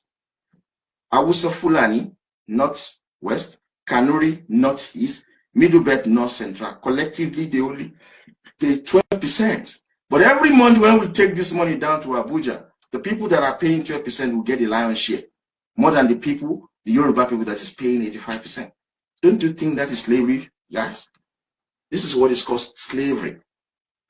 Eru ni Yoruba, but our generation is going to end it. We're going to end it. That's why we want to work with the Americans. We want to work with Russia. We want to work with China. We want to work with Brazil. These are our allies. We don't want to work with England because they don't want to work with us. They would rather work with the Fulani. By the time we work with all these people, let us see how they want to continue to work with the Fulani. So I'll go to number 4. Please, guys, don't forget. Let me say it again. There are 7 major sources of revenue of the federal government. 1 is the NNPC.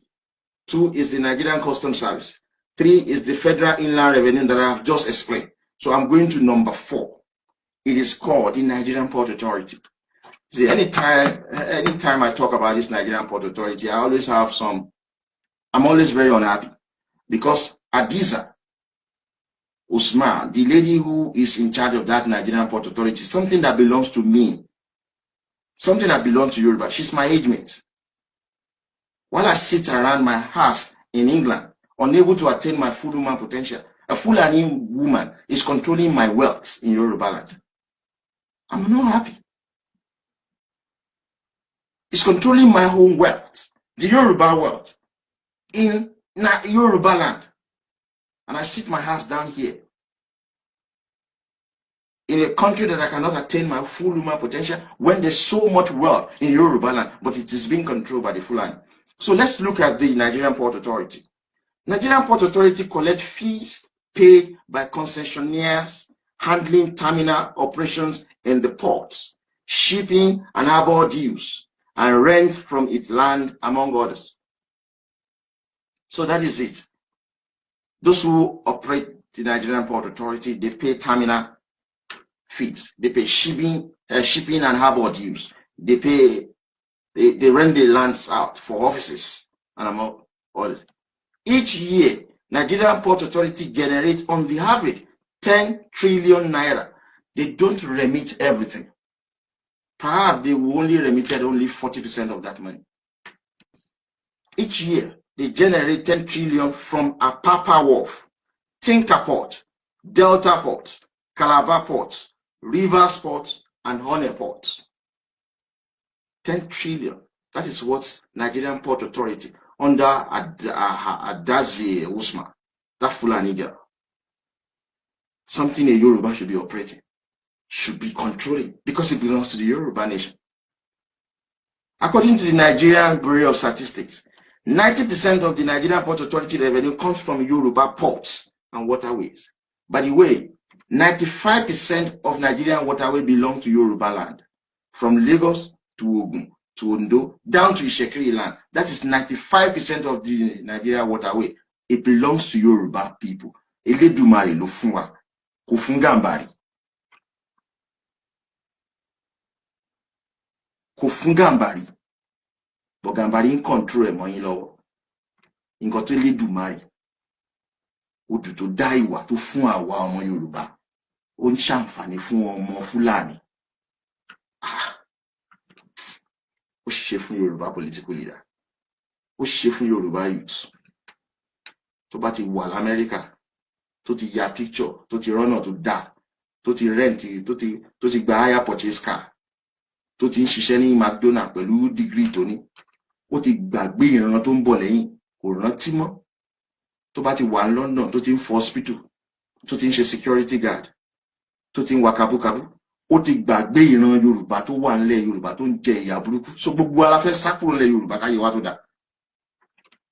You're not thinking about the future generation that is coming behind you. Stop blaming the politician alone. You escape as a Yoruba citizen. You escape to North America. You escaped across Europe. You stay down there. You'll be fighting white people. You want to have the same right as white people. You have completely forgotten those who cannot escape from that poverty. If you are smart, you blame the politician, saying that the politicians are only interested in money. The moment you escape out of Nigeria, you don't want to remember those who are in Yoruba land any longer. If you are smart, you will help us. You will join us to fight for the freedom of Yoruba nation. You sit in other people's country. If they have been like Yoruba, the white Americans, if they have been like Yoruba, the English, if they have been like Yoruba, do you think their country will be developed? Now that you want to escape and live there, this is the time for you to think like human being. You think about your future. Your future is not about yourself. When you are long gone, your children's future must be secured. Your grandchildren's future must be secured. This is why you have to think like human being. Nigeria Port Authority. 95% of Nigeria waterway belongs to Yoruba nation. Hausa Fulani has no shoreline. Ibo has no shoreline, but they will forever continue to argue against that. But I have to speak truth to power. The port in the South-South region bring forth the balance of 10% of the revenue of the Nigerian Port Authority.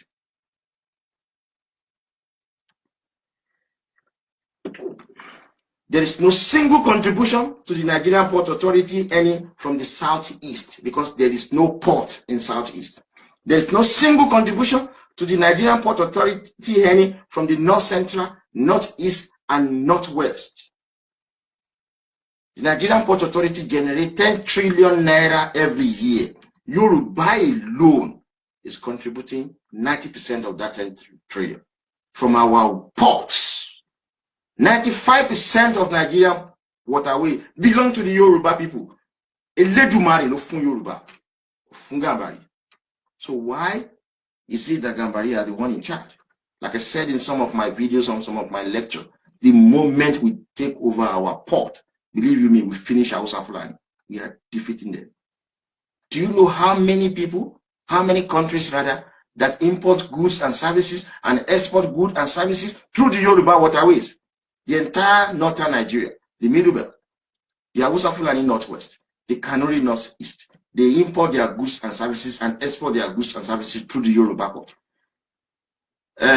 Mali, they do the same. Niger Republic, they do the same. Chad, they do the same. Burkina Faso, they do the same. Do you know how much money we are going to be generating under Oduduwa Republic? That port alone will fund free healthcare in Yoruba land. It will fund free education across Yoruba land. It will fund the infrastructural development across Yoruba land. So why do we have to share that money with the Hausa Fulani, with the Kanuri people? Americans is not sharing their wealth with us. The English are not sharing their wealth with us. Our children have no qualitative healthcare. Our children have no qualitative education. Our children have no housing, but we're not thinking about that. So we allow Hausa Fulani to continue to control our wealth, something God gave to us. There is no contribution from Hausa Fulani, from Kanuri land, from Middle Belt, from Ibo to the Nigerian Port Authority. It belongs to the Yoruba people. It is our port. But in terms of revenue share, they will take the 10 trillion to Abuja, in which case Yoruba are contributing 90% of it. South is contributing 10%. But Yoruba that are contributing 90% of the Nigerian Port Authority revenue will get nothing from that money. Hausa Fulani will get the lion's share. Hausa Fulani will get the lion's share, and you spend quality time. Anybody that is white will continue to condemn them, will continue to call them colonialists, to continue to call them racist, you continue to label them. Fulani are taking your wealth. Fulani are taking your wealth. Nigerian Port Authority is a Fulani citizen who is in charge of that port. Something that should be in charge. By the special grace of God, by the special grace of Eledumare, I will take that port in 2018.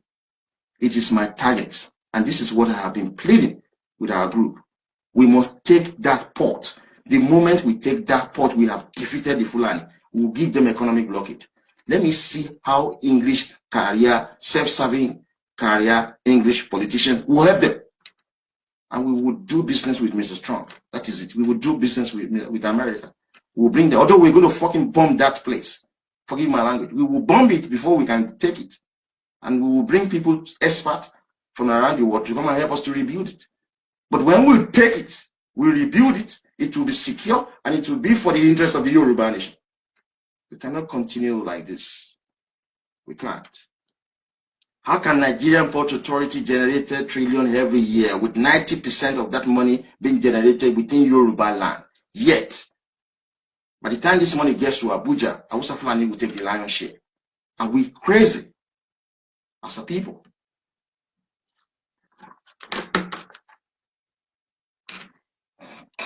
Number 5, sources of revenue of the federal government is central bank.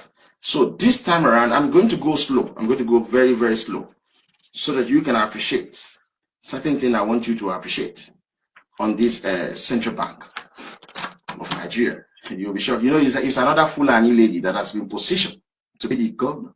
But you will know from my lecture today that 60% of the earning of the Central Bank of Nigeria comes from Yoruba land. I'm going to show you. Central Bank of Nigeria earns interest, that is tax income, by keeping and trading the proceeds from NNPC oil revenue and the Federal Inland Revenue Services income from taxes. So that is how Central Bank of Nigeria generates income. All this NNPC revenue is kept in CBN. All the revenue collected by the Federal Inland Revenue are kept with the CBN.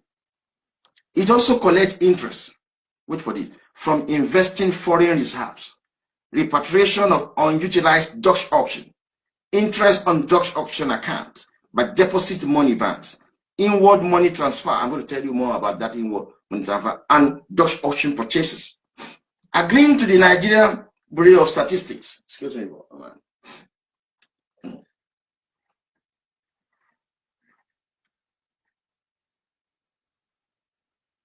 Agreeing to the Nigerian Bureau of Statistics and Economic Initiative, that's my organization, which I founded a long year ago.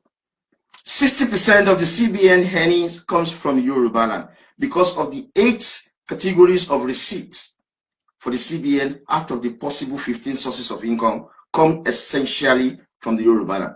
There are 15 categories of sources of income of the Central Bank of Nigeria. 8 of this category comes essentially from Yoruba land. And I'm going to concentrate on that 8. Number 1 is income from capital inflow that kept Nigerian foreign exchange in check. You see, there's something you mix, folks. It's something you mix. Recently, when they were talking about oil reserve, that 1 billion will be used to fight Boko Haram from the oil reserve. No. See, I'm going to explain something to you. there are some capital inflow from abroad, from investors that are coming to invest into the Nigerian economy. According to the Nigeria Investment Promotion Commission, list this, name this, let me tell you again. Nigeria Investment Promotion Commission. This is an organization, government agency that registers or that keeps tracks of foreign countries that are coming into Nigeria to do business. Now, this is their report. It's very beautiful when I read it. They said that 90% of foreign investors establish their investment in Yoruba. So when you have foreign investors from North America coming into Nigeria, they establish their businesses in Yoruba. Foreign investors coming from across Europe, they establish their businesses in Yoruba. Foreign investor coming from Russia, they come to Yoruba. Foreign investor coming from China into Nigeria, they establish their business in Yoruba. So 90% of foreign estate that is coming into Nigeria comes through the Yoruba land. And this money is kept with CBN. Another one is interest on Dutch option account held by Deposit Money Bank. CBN report shows that 75% of all bank branches in Nigeria are located in Yoruba land. Do you know what that means? All the banks in Nigeria, their branches, 75% of all their branches are located in Nigeria. So when you have branches, 75% of all bank branches in Nigeria, that means 75% of all savings in Nigeria comes from Yoruba land. So when an Igbo man wants to go and borrow money in the bank, Yoruba are paying 75% of his loan. When an Hausa man goes to the bank to borrow money, it is Yoruba that is paying 75% of his loan. But all of this is not beneficial to us. It is beneficial to the Fulani because they control the CBN. Inward money transfer now. According to the CBN records, 85% of money transfer from abroad comes through Yoruba land. So when you go abroad, you send money home to your bank, to everything, blah, blah, blah. It comes through the Yoruba land. This money is used to sustain the Nigerian economy. It is also from Yoruba land, not from the north. Everything is coming through Yoruba land, but the presidency is controlled by the Gambari Hausa Fulani. The National Assembly is controlled by the Hausa Fulani. The judiciary is controlled by the Hausa Fulani. The Nigerian military is controlled by the Hausa Fulani. The intelligence agency is controlled by the Hausa Fulani. The civil service is controlled by the Hausa Fulani. Yet they are not contributing anything to the Nigerian economy. That's why the Minister for Finance said 40% of Nigeria GDP is from Lagos. 20% of Nigerian gross domestic product is from Ogun. 40 plus 20 is 60. By the time you had Oshun Oyo and the rest of Yoruba land, we're talking about 80% of Nigerian gross domestic product coming from Yoruba land. Yet Hausa Fulani are your presidency, are controlling your presidency. Hausa Fulani are controlling your military. They are controlling your intelligence. People who contribute next to nothing. And you claim to be the most educated out of Africa. You're not. Nonsense. So these are the money that is being kept with Central Bank. Value-added tax, all the money generated from value-added tax is kept with the CBN. CBN report shows that Lagos State alone account for 60% of the value-added tax payment in Nigeria. The entire Yoruba land is responsible for the payment of 85% of the VAT collected in Nigeria. 75 to 85% of the VAT collected in Nigeria. All this money is kept with the CBN. CBN is trading with this money to earn income. They earn what is called tax income, Yoruba money. But they have put another Fulani, who is my age mate, to be the governor of Central Bank. I'm doing video. I live in England. A Yoruba citizen. Yoruba has the wealth. Fulani are controlling it. I can't attain my full human potential in England. The English won't allow me to attain my full human potential. I never see them as racist. I understand what is self-preservation. Believe you me, we're going to take over what belongs to us. We are the generation that's going to do it. Excuse me. Another income kept with the CBN is the Federal Inland Revenue Tax income.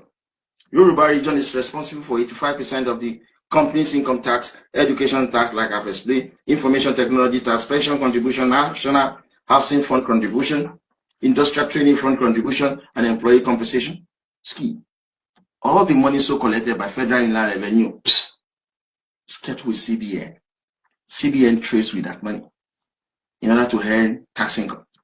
That was why I said in the beginning of this, talking about the CBN, 60% of the revenue of the CBN comes from Yoruba land.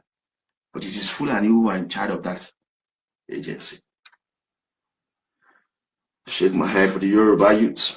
But we're going to change it, folks. We will change it. Believe you me, we'll change it. And this is one, again, there is what is called commission reparation of unutilized Dutch auction purchases and mainly carried out in Yoruba land. So these 8 form of income kept with CBN is the reason why 60% of CBN revenue comes from Yoruba land. The remaining 40%, where is it coming from? It's not from Hausa Fulani land. It's not from Kanuri land. It's not from Middle Belt. It's not from Ibo land. It is coming from South. You know why? Because of NNPC's direct sales of crude oil. The money that is generated from that is kept with the CBN. The petroleum profit tax that is initially paid by the oil company operating in the upstream sector before it is passed down to their downstream sector, before it is passed down to the end user, is kept with the CBN. The royalty paid on oil collected by NNPC is kept with the CBN. Penalty from gas flaring, the money so collected is kept with the CBN. So 40% of CBN revenue is generated from the South. There is nothing that Hausa Fulani are contributing to the CBN revenue. There's nothing Kanuri people are contributing. There's nothing Middle Belt is contributing. There's nothing that is coming from Igbo land. Let me quickly say this. As an Igbo man, if you live outside Igbo land, whatever economic activities you participated in is not part of Igbo's contribution. I'm a Yoruba citizen living in England. Every taxes that I pay is to help the English economy, not Yoruba economy. So if you are an Igbo working and living and getting education in Yoruba, your contribution comes under the Yoruba contribution, not Igbo land. So I think to get this straight. So there's nothing that the Hausa Fulani are contributing to CBN contribution. There's nothing the Middle Belt is contributing. There's nothing Kanuri people are contributing. There's nothing the Igbo contributing to the CBN income. Hey, Yoruba are contributing 60% of the CBN earnings. The South Side is contributing 40%. I've explained why. But by the time this money gets to Abuja, it benefits the Hausa Fulani, not the Yoruba people. Something they contributed is 0% to. They get the lion's share. It's so crazy. And this has been going on since 1966, after the suspension of regional government. It's been going on. So, number 6 sources of revenue of the federal government, folks. Number 6 sources of revenue of the federal government is called the Nigeria Maritime Administration and Safety Agency.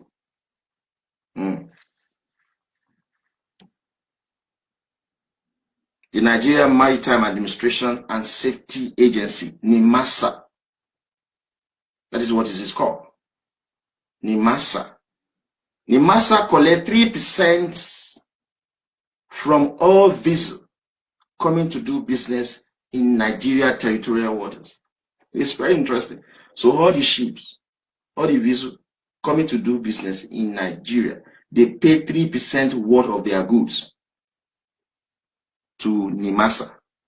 NIMASA generates on the average 100 billion naira from Apapa Wharf, Tinker Port, Delta Port, Calabar Port, Rivers Port, and Honest Port. NIMASA. According to the Nigerian Bureau of Statistics, 95% of NIMASA revenue comes from Yoruba land because there is no port in Igbo land. There is no port in Hausa Fulani land. There is no port in Kanuri land. There is no port in Middle Belt. We have port in Yoruba land. So all the vessels that are coming to do business in the Nigerian territorial water and the dock at Yoruba port, they pay 3% of their worth of goods. 95% of NIMASA revenue comes from Yoruba land. Only 5% comes from the South. When we take this 100 billion naira down to Abuja, folks, Hausa Fulani will take the lion's share. They tell you, well, we're going to take the lion's share because we have more states than you. They are the one who created those states for themselves. Well, we have more local government than you. Well, we have more population than you. Yet, they generate zero. Folks, white people did not treat us like this when they colonized us. So every time you continue to blame this English, you continue to abuse white America, but you are ignoring what Fulani are doing to you. Fulani are far worse than the English and white America. Fulani don't even have any civilization to start with. They have not been anywhere. They have not developed any society. They destroy. Yet we have allowed them to constantly control our resources. Nimasa generate on the average about 100 billion naira every year from the Yoruba port. The money goes to Abuja to fund the lifestyle of politicians. So you pick up your certificate and you run away to England. And you get there. The English say, okay, you have PhD in chemistry. You will have to do security. And you said the English are racist. You are stupid. You have allowed Hausa Fulani to destroy your homeland. You have allowed Hausa Fulani to control your resources. Now you are not blaming English who have built their own country. You go to America, you said, oh, I'm a graduate. I study economics. They tell you, okay, fine. Go and be driving taxi. You said, no, white Americans are racist. They have built their own country. Why don't you want to build your Yoruba land too? So that your children can benefit.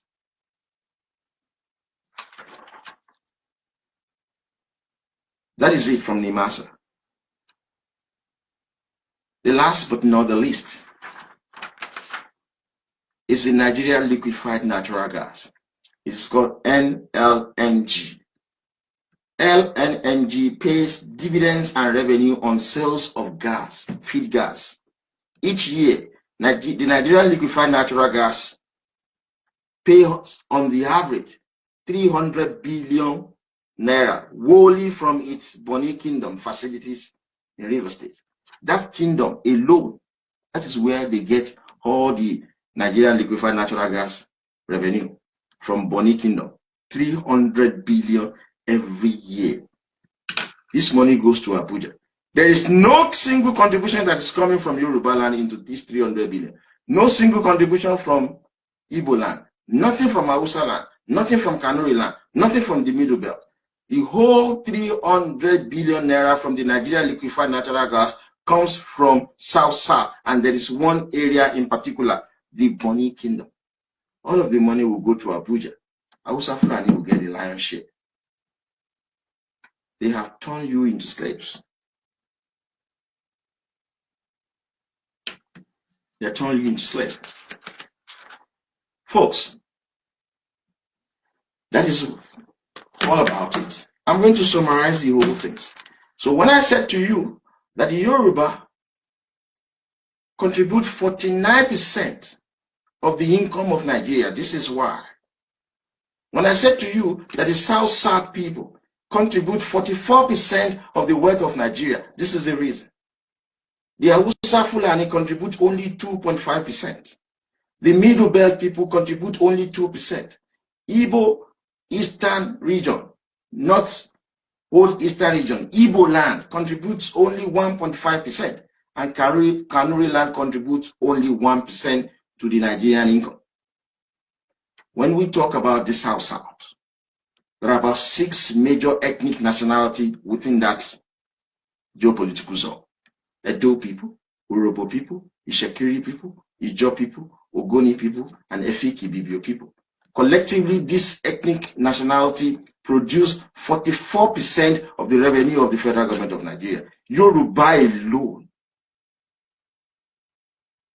we produce 49% of the wealth of Nigeria. Hausa Fulani are only producing 2.5%, but they get the lion's share every time this money is distributed, is shared in Abuja. Because they have considered you to be slaves.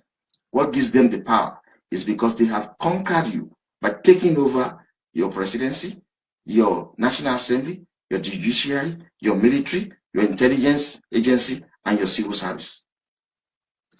So I am going to allow you to call me, but let me summarize what I need to do now, I just need to summarize this so that you appreciate. There are 7 major sources of revenue of the federal government. As you know, number 1 is the NNPC. Number 2 is the Nigerian Customs Services. Number 3 is the Federal Inland Revenue Service. Number 4 is the Nigerian Port Authority. Number 5 is the Central Bank of Nigeria. Number 6 is NIMASA. And number 7 is the Nigerian Liquefied Natural Gas. So the first, which is the NNPC, 80% of the revenue of the NNPC comes from the South-South. The remaining 20% comes from Yoruba land. There is nothing coming from Ibo land, nothing coming from Hausa land, nothing coming from Kanuri land, nothing coming from Middle Belt. But every time when this money gets to Abuja, the people who contributed nothing, Hausa Fulani, will get the lion's share. This is slavery. We are stopping it. The second sources of revenue of the federal government is the Nigerian Customs Service. The Yoruba nation contribute 90% of the Nigerian custom revenue comes from Yoruba nation. 5% of the Nigerian custom revenue come from the South-South. 5% also come from the Hausa Fulani. But when this money gets to Abuja, Hausa Fulani that is only contributing 5% will end up get the lion's share in money that Yoruba people contribute 90%. This is slavery, folks. This is slavery. In terms of the federal inland revenue earnings from taxes collected in Nigeria, 85% of corporate income tax comes from Yoruba land. 85% of education tax comes from Yoruba land. 85% of information technology tax come from Yoruba land. 85% of pension contributions come from Yoruba land. 85% of industrial training fund contributions come from Yoruba land. 85% of national housing fund contributions come from Yoruba land. 85% of employee compensation schemes comes from Yoruba land. Why is this so? Because according to the Corporate Affairs Commission, the agency of the federal government of Nigeria that is responsible to register all companies in Nigeria, says in their report that 85% of all registered companies in Nigeria are located in Yoruba land. Because of this, all of these taxes that I've mentioned, 85% of it are paid by the Yoruba people. But when all of this money gets to Abuja, the Yoruba people that are paying 85% don't get anything near 8%. But the Fulani that are paying next to nothing gets the lion's share. This is slavery, folks. It's slavery. Again, 65% of petroleum profit tax come from Yoruba land. Because why? Because according to the Nigerian Bureau of Statistics, 65% of all registered vehicles in Nigeria are located in Yoruba land. And because of the petroleum profit tax that has been paid by the upstream oil company has been passed down to their downstream sectors marketing companies, and this in return pass it down to the end user who are vehicles owner. Because Yoruba have 65% of all vehicles in Nigeria, Yoruba are paying 65% of the petroleum profit tax in Nigeria. Yoruba too are also paying 95% of the capital gain tax in Nigeria. We are paying 90% of withholding tax in Nigeria as well. I'm reading the summary. 75% of the value added tax comes from Yoruba land. Lagos State alone is generating 60%. By the time you had Ogun, Osun, Oyo, Ondo, Ekiti, Kwara, Kogi, Akoko Edo, and Ishekiri, Yoruba alone were paying between 75 to 80% of the value added tax in Nigeria. But when this money gets to Abuja, horrible Hausa Fulani who pays next to nothing will get the lion's share. Folks, this is slavery. If one, then we must end it. Stamp duty in Nigeria, 90% of stamp duty is paid by the Yoruba because there's no document. If you want to do any contract or anything, you don't stamp them, which is not tenable in court. And 60% of luxury tax comes from Yoruba land. It's a new tax which was brought to bear in 2015. Yoruba are paying 60% of that tax. When you look at NPA, this is number 4 sources of income, the Nigerian Port Authority. 90% of the Nigerian Port Authority revenue comes from the Yoruba ports and waterways. 10% comes from the South-South region. There is nothing that is coming from the north, the entire north, be it northwest Hausa Fulani, be it northeast Kanuri land, or be it north central Middle Belt. And there is also nothing that is coming to the Nigerian Port Authority from Ibo land. That's a statement of fact. In terms of CBN earning, which is the number 5 sources of revenue of the federal government, 60% of the CBN earnings comes from Yoruba land. 40% of the CBN earning comes from the South-South region. There's nothing from Ibo land and there's nothing from Hausa land. In terms of Nimasa Henny, 95% of Nimasa Henny comes from the Yoruba port. 5% of Nimasa Henny comes from the South port. And there are no ports in Ibo land, and there are no ports in Hausa land or Kanuri land or Middle Belt. So Nimasa money is essentially coming from Yoruba land. But when this money gets to Abuja, the Hausa Fulani that contribute next to nothing will get the lion's share. And the Nigerian liquefied natural gas, 100% of that revenue comes from the South. Nothing from Yoruba land, nothing from Igbo land, nothing from Hausa land, nothing from Kanuri land, and nothing from the Middle. So this is the summary. And then, folks, there are other sources of income that are minor, like solid minerals. The revenue from solid minerals, like we have solid minerals like tar, gibbs, iron ore, lead, zinc, vitamins, gold, bitumen, coal, rock, salt, and the rest of them. These are not very significant. And only gold and bitumen, both of which are also mainly in Yoruba land, have contributed essentially to the earning from the solid mineral. But these are not very significant sources of revenue. There are other sources of revenue like personal income tax, which is collected essentially by the states, not by the federal government. So I have not concerned myself about that. Court fees, fine, license fees, and other revenue are too insignificant for this lecture. So I have not taken my time to concern myself about that. Now, from the foregoing, from my calculation and my group calculation, we've done this since 2012. Yoruba nation and our people contribute 49% of Nigerian income. The South region and our people contribute 44% of Nigerian income. The Hausa Fulani contribute 2.5% of Nigerian income. The Middle Belt region contributes 2% of Nigerian income. The Ibo contributes 1.5% to Nigerian income, and the Kanuri land contribute 1% of Nigerian income. Like I said, the South is a conglomerate of 6 ethnic nationalities: Edo, Urobo, Ishekiri, Ijo, Ogoni, and Efik Ibibu.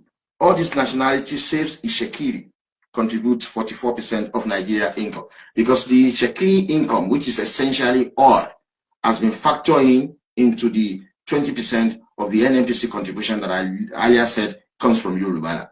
That 20% is the combination of Ondo State's crude oil and Ishekiri crude oil. Ishekiri is Yoruba land. There's no contest about that. Yeah. So, in summary, then I would then open my phone for you to call me. So, in summary, folks, Hausa Fulani people are the most corrupt of the ethnic groups in Nigeria. Through manipulation of self-serving career politicians in England, the Fulani held political power in Nigeria between 1960 and 2010, and since 2015, after the inauguration of Mr. Buhari. They replaced the regional system that allows each region to control its wealth and resources with a unitary system that takes resources from Yoruba land and the South to fund the economic growth and development in the North, while Yoruba land remains poor and underdeveloped. Young Yoruba must come together and join forces with the young Yoruba for freedom to take over Yoruba ports and waterways from the control of the Fulani, beginning from 2018, and declare for Oduduwa Republic. This is the only option we have to build a future for ourselves, for our children, and our children's children. There is an urgent need for the young Yoruba to form a relationship with the white in America, with the Russians, with the Chinese, and the Brazilian.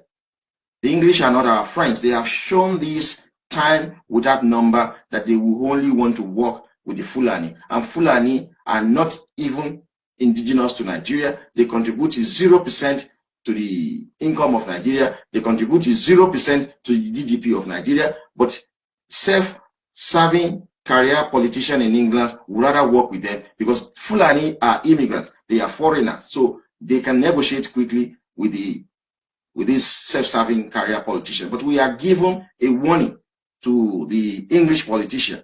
It is not compulsory for you to work with us. We don't even work with us. We don't even want to work with you.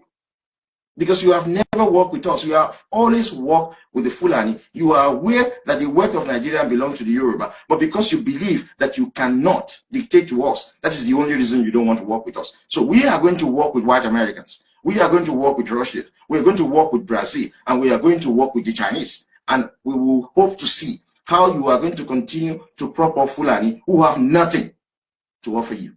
We have more to offer you. So if you want to do business with the Yoruba nation, we are willing to negotiate with you.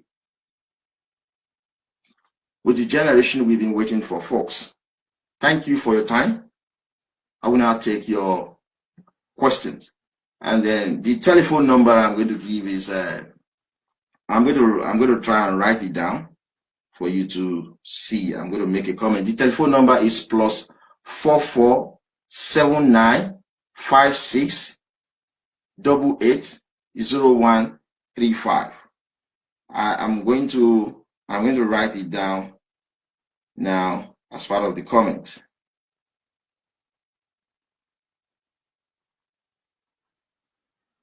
I'm going to write it down as part of the comment. Yeah, let me see if I can write it down as part of the comment here.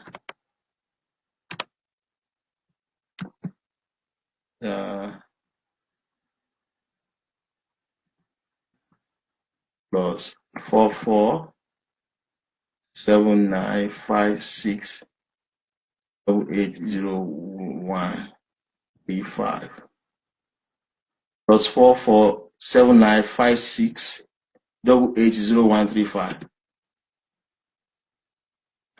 So I can open it now. So I see if there's anyone who would like to call in.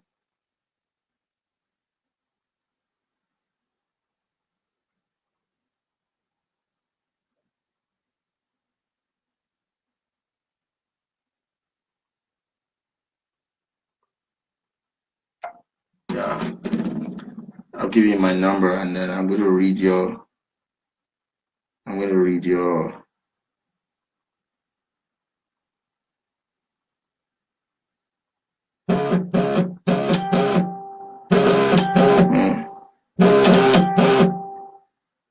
So sorry, I'm going to read your comments right now.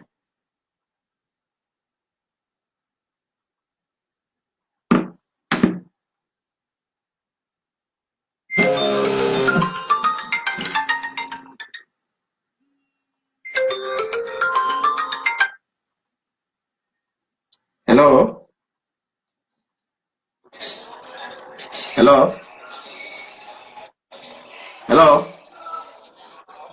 Hello? Yeah, Adeyinka speaking.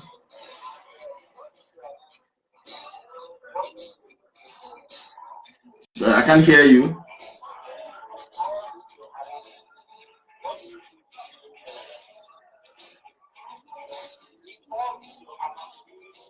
Okay, all my analysis, this noise in the background. I think you are in a pub.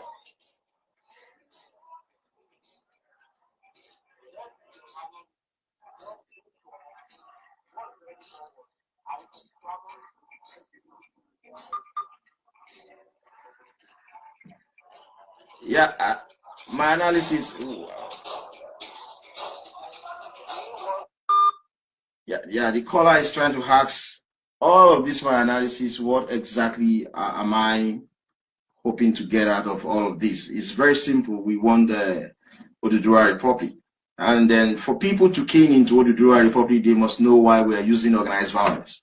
They must know what is in it for them. They must know why we are being treated as slaves by the Fulani. So these are the things I'm just trying to do, because a number of people are not really exposed to what is going on.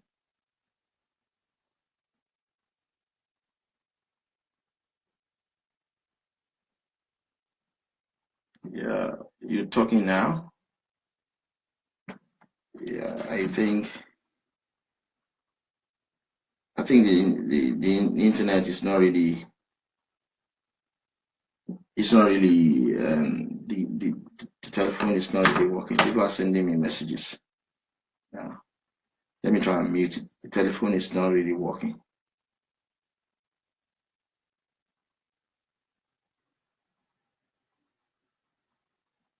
Let me try and meet the telephone, and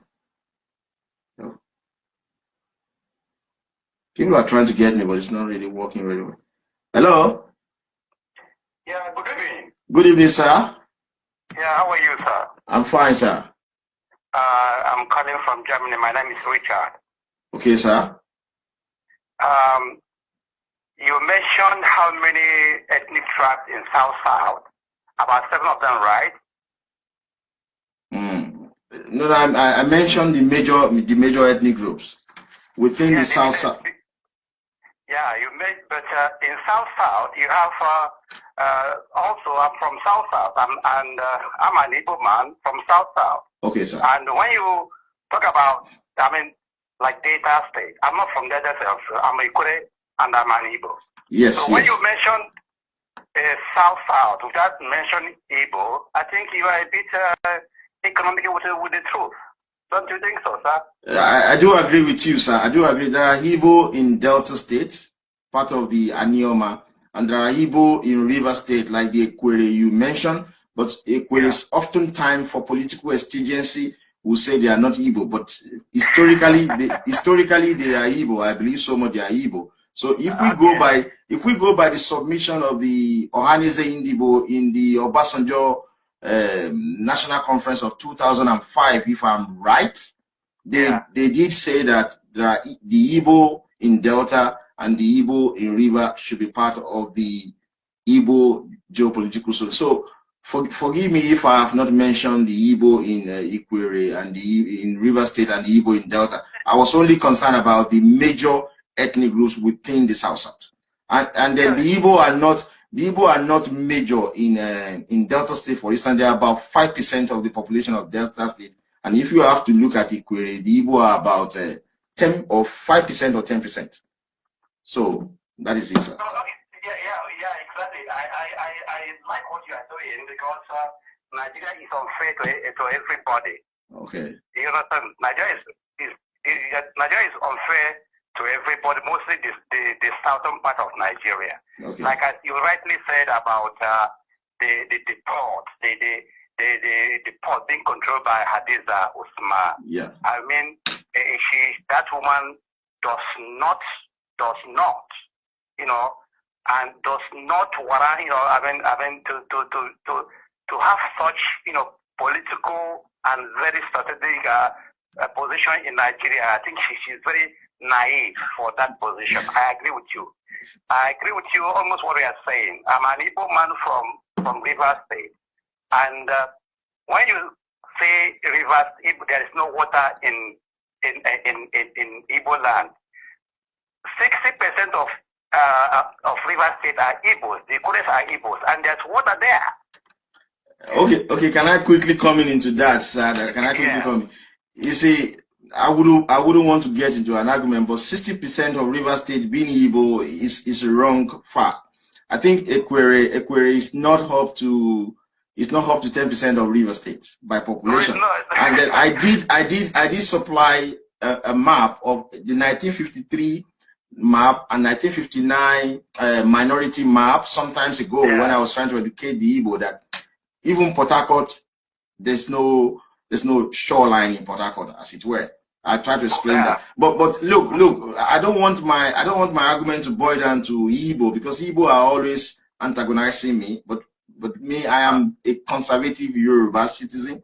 All I do is about the interest of the Yoruba. I'm not trying to argue with you. You are doing a good job for people, which is very, very wonderful, because here in Germany, I have been there almost 30 years. I came here, I was a very young man, and I'm 50 plus now. What you are doing for your people are wonderful. You know what I'm saying? Okay. What you are doing for your people is wonderful. Yeah. But I want you to please make the whole thing a reportage, make it very transparent, so that when you are, people will believe you more. Because when you say there's no water in Igbo land, and part of River State is Igbo land, it's not fair. This the creation of Nigeria, the creation of states is just a bit is political anyway, because you have Igbos in everywhere. They push Igbo people to Benue State, to Kogi State. This is it was created by the military. So, and all these things are political. But what you're doing for your people is wonderful. I hope one day that Nigeria will either divided or restructured so that everybody will go back to her region or to his region and develop, the way they want to develop. Because the structure of Nigeria will never take us anywhere. But I am an Igbo man, proud Igbo man from River State, and nobody will take it from us. Thank you very much, and God bless you. Thank you so much, sir. Thank you. Yeah. That's an Igbo citizen from Germany trying to call and to explain his own side of the argument in respect of Ibo in River State.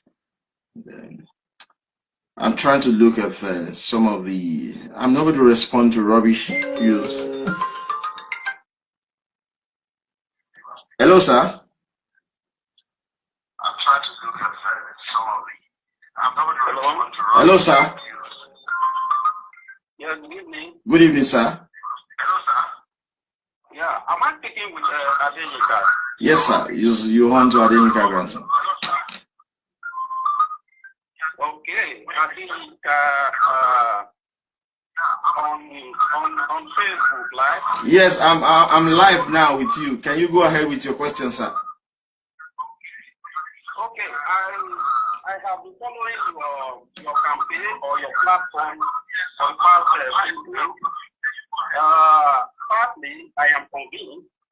Although I am calling from Finland anyway, let me introduce myself. I'm an Edo-like. I'm from Edo State.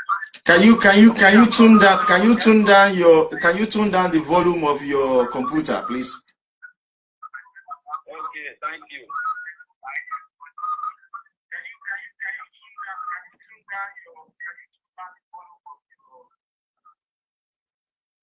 All right, can you hear me now? Yes, very clearly, sir. Okay, so I've been following your program and or your campaign. Okay. So apparently, I am so much happy that you are on the call because this is what the Nigerian youth generally we are yearning for people to speak out their mind and for people to enlighten one another. Okay. So my name is Pedro Clinton. I live in Helsinki, Finland. Okay. So what I would ask you right away is that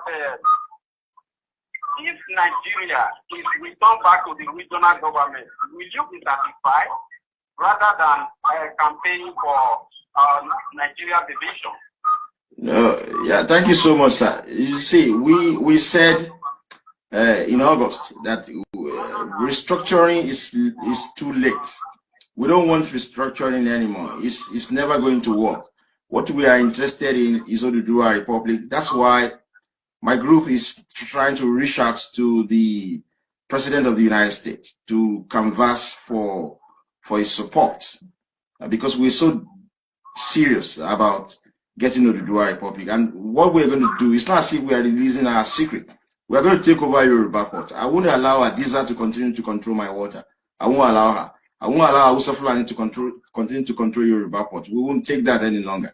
We have well-educated Yoruba who can do wonder. So we want to do our Republic, sir. All right, thank you. One more question. Thank you so much, sir. Don't you think that Nigeria? Yes, thank you so much. One more question, sir. Okay, sir. Hello. Hello, sir. I'm here. Yeah, don't you think that Nigeria has gone far to be divided? We have been together for more than 100 years, and we have intermarried, and we have interdeveloped ourselves economically, religiously, and don't you think that it should be forced to divide Nigeria down to restructure the country? Okay, thank you very much. Let me just say this. In 1801, the Irish people, through parliamentary measure, decided to join the English, Scottish, and Wales to form the United Kingdom of Great Britain and Ireland. After about 150 or 30 years thereabouts, in 1922, the Irish left and said they were no longer interested. If you look at the whole Roman Empire, all these countries now, Germany, France, Italy, Portugal, England, France, all of them, they broke away from Roman Empire and they were together for donkey years, for centuries. So the problem with Nigeria is this: if you look at it, we are never the same. We will never be the same. It will be better for us to go our separate ways. Look at the whole Indian broke up and then divided into Pakistan and India. Pakistan divided into Pakistan and Bangladesh. So Nigeria is never going to work. We've been talking about killing since Buhari came. When Jonathan was there, Boko Haram were killing people. There was no development because we are not one. We're just fooling ourselves. It is not the color of our skin that makes us the same. It is the culture, it is the norm and value system and the language. The Yoruba are complaining since Buhari is there. The Ibo are complaining. When Jonathan was there, the Hausa were complaining. We will never be the same. You don't force people together. People negotiate whether they want to be together or not. But in a way whereby Yoruba are making so much wealth and Hausa Fulani are using our wealth, it doesn't all go well. Yeah, of course, that is very clear. On that point, I understand, but it can never balance in any country that your country will contribute equally. I agree with you. It can never be. If you look at, for instance, if you look at Britain, the English are about 80% of the population. The Scottish are just about 5% of the population. So the English dominate them. And the English has more wealth than the Scottish. It is the people who have the more population, it's the people who have the wealth that dominate others. If you look at the United States of America, white are around 72, 75%. Black are only 12%. And the white has the wealth. They dominate all other culture there. And they are the one in power. In Nigeria, the Yoruba are 25% of the total population of Nigeria. We produce 49% of the wealth of Nigeria. We produce 80% of the GDP of Nigeria. Hausa are just 20%. Fulani have 9%. The 9% Fulani are controlling 25% Yoruba. The 9% Fulani who contribute nothing to the economic wealth of Nigeria are in charge of the presidency, they're in charge of the National Assembly, they're in charge of the judiciary, they're in charge of the military, and in charge of intelligence agency. It doesn't happen like that in Britain. It doesn't happen like that in America. So minority does not and cannot dominate majority. The Yoruba are the majority in terms of everything. I understand you. I understand you, sir. I understand you. It's like you are putting again what I understood from you. Yeah. That's why I said that it's not going to work like that, sir.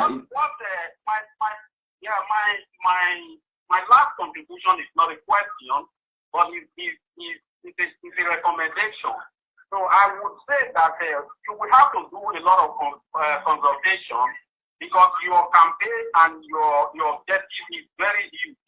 Although I cannot tell you that it's not realizable, it is realizable, but the fact is that you have to do a lot of consultation, and you are calling on ordinary Nigerians and to understand your campaign, to understand your objective. But I would say that the real consultation that will give an impact or some impact to your campaign is through consultation. You have to consult all the people that are matter, all the institutions that are matter, all the bodies, all the individuals that are matter. No, thank you. Come on social media, it's as if that you are speaking directly to the youth to understand. You are enlightening the youth about the situation in Nigeria. But at least when you engage yourself in different researches, which consultation is one of the researches, then you will know exactly how cumbersome, how huge is the objective. Although it is realizable, it has happened elsewhere before, and it will not stop happening. I pray for you that you are able to proceed in your campaign. So we are young, and I hope that we need something. So I have interest in Nigeria, just like you have interest. Everybody has different interests. I cannot criticize your interest because we are in a kind of dilemma that nobody actually knows what to do about the situation in Nigeria. So no one is happy. We have different reasons to campaign. So you have just shown us your reasons, and we are seeing some points, and the people who also disagree with you. But I advise you not to go against those that disagree with you because you can never be, nobody can be yourself, and you can never be another person. Thank you very much. Thank you very much, sir. I'm very grateful. Thank you so much, sir. Bye, sir.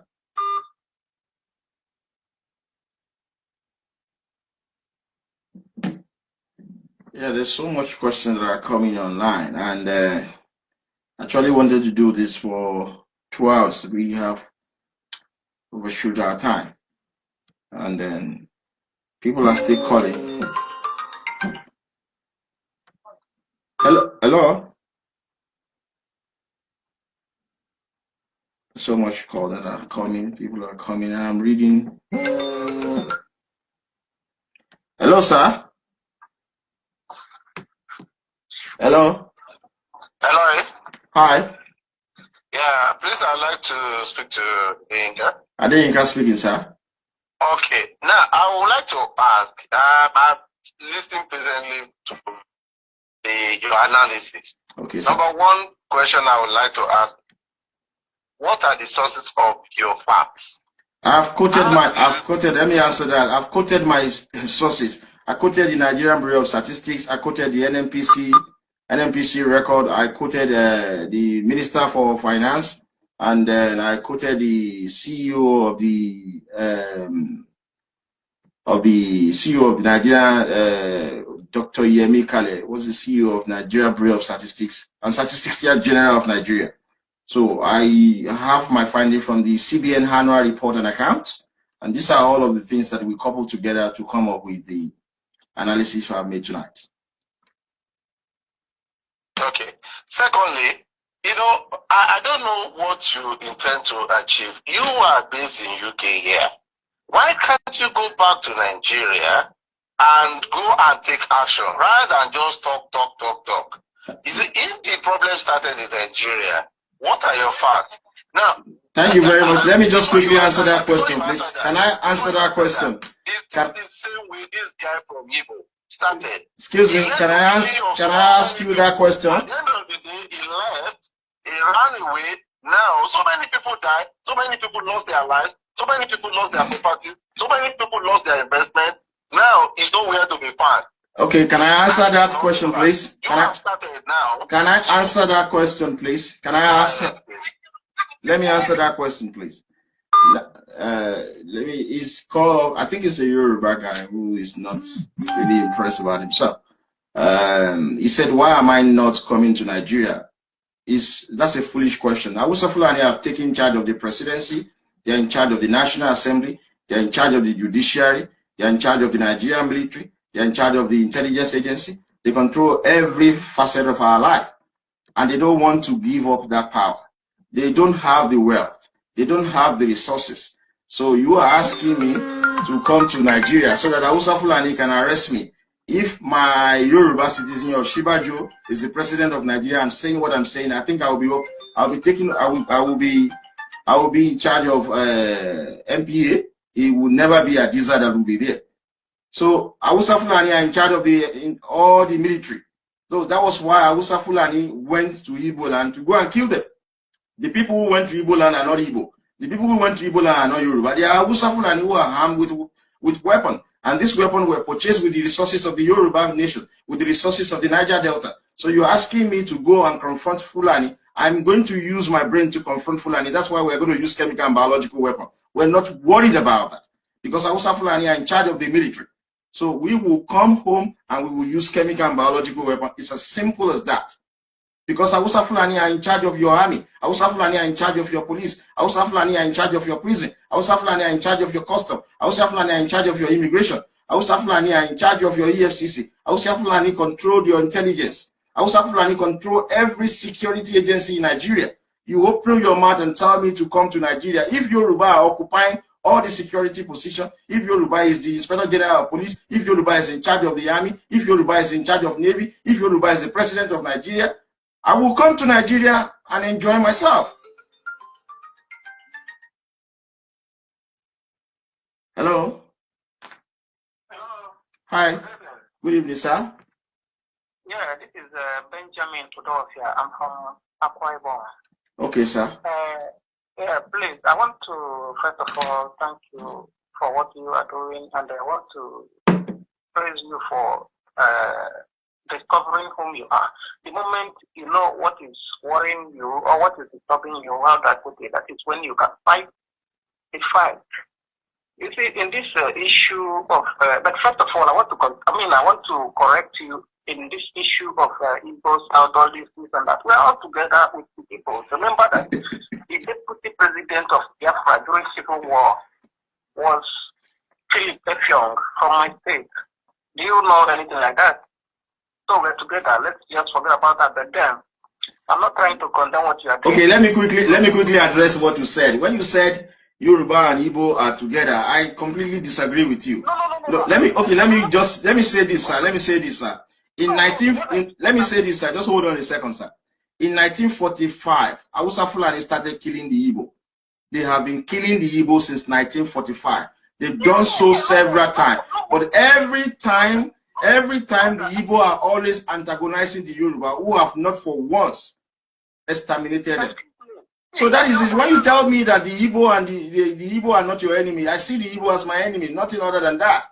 Because the Igbo, they have never supported the political interest of the Yoruba. The 1959 election is very clear. The 1979 election is very clear. The 1983 election is very clear. The 1993 election is there. The 1999 election is there. The 2003 election, the 2007 election, all of these are there. The Yoruba, for once, we have never killed the Igbo. But in 2015, when Jonathan was there, the Igbo are saying they want to be governor of Lagos State. The Igbo were saying they want to be deputy governor of Lagos State.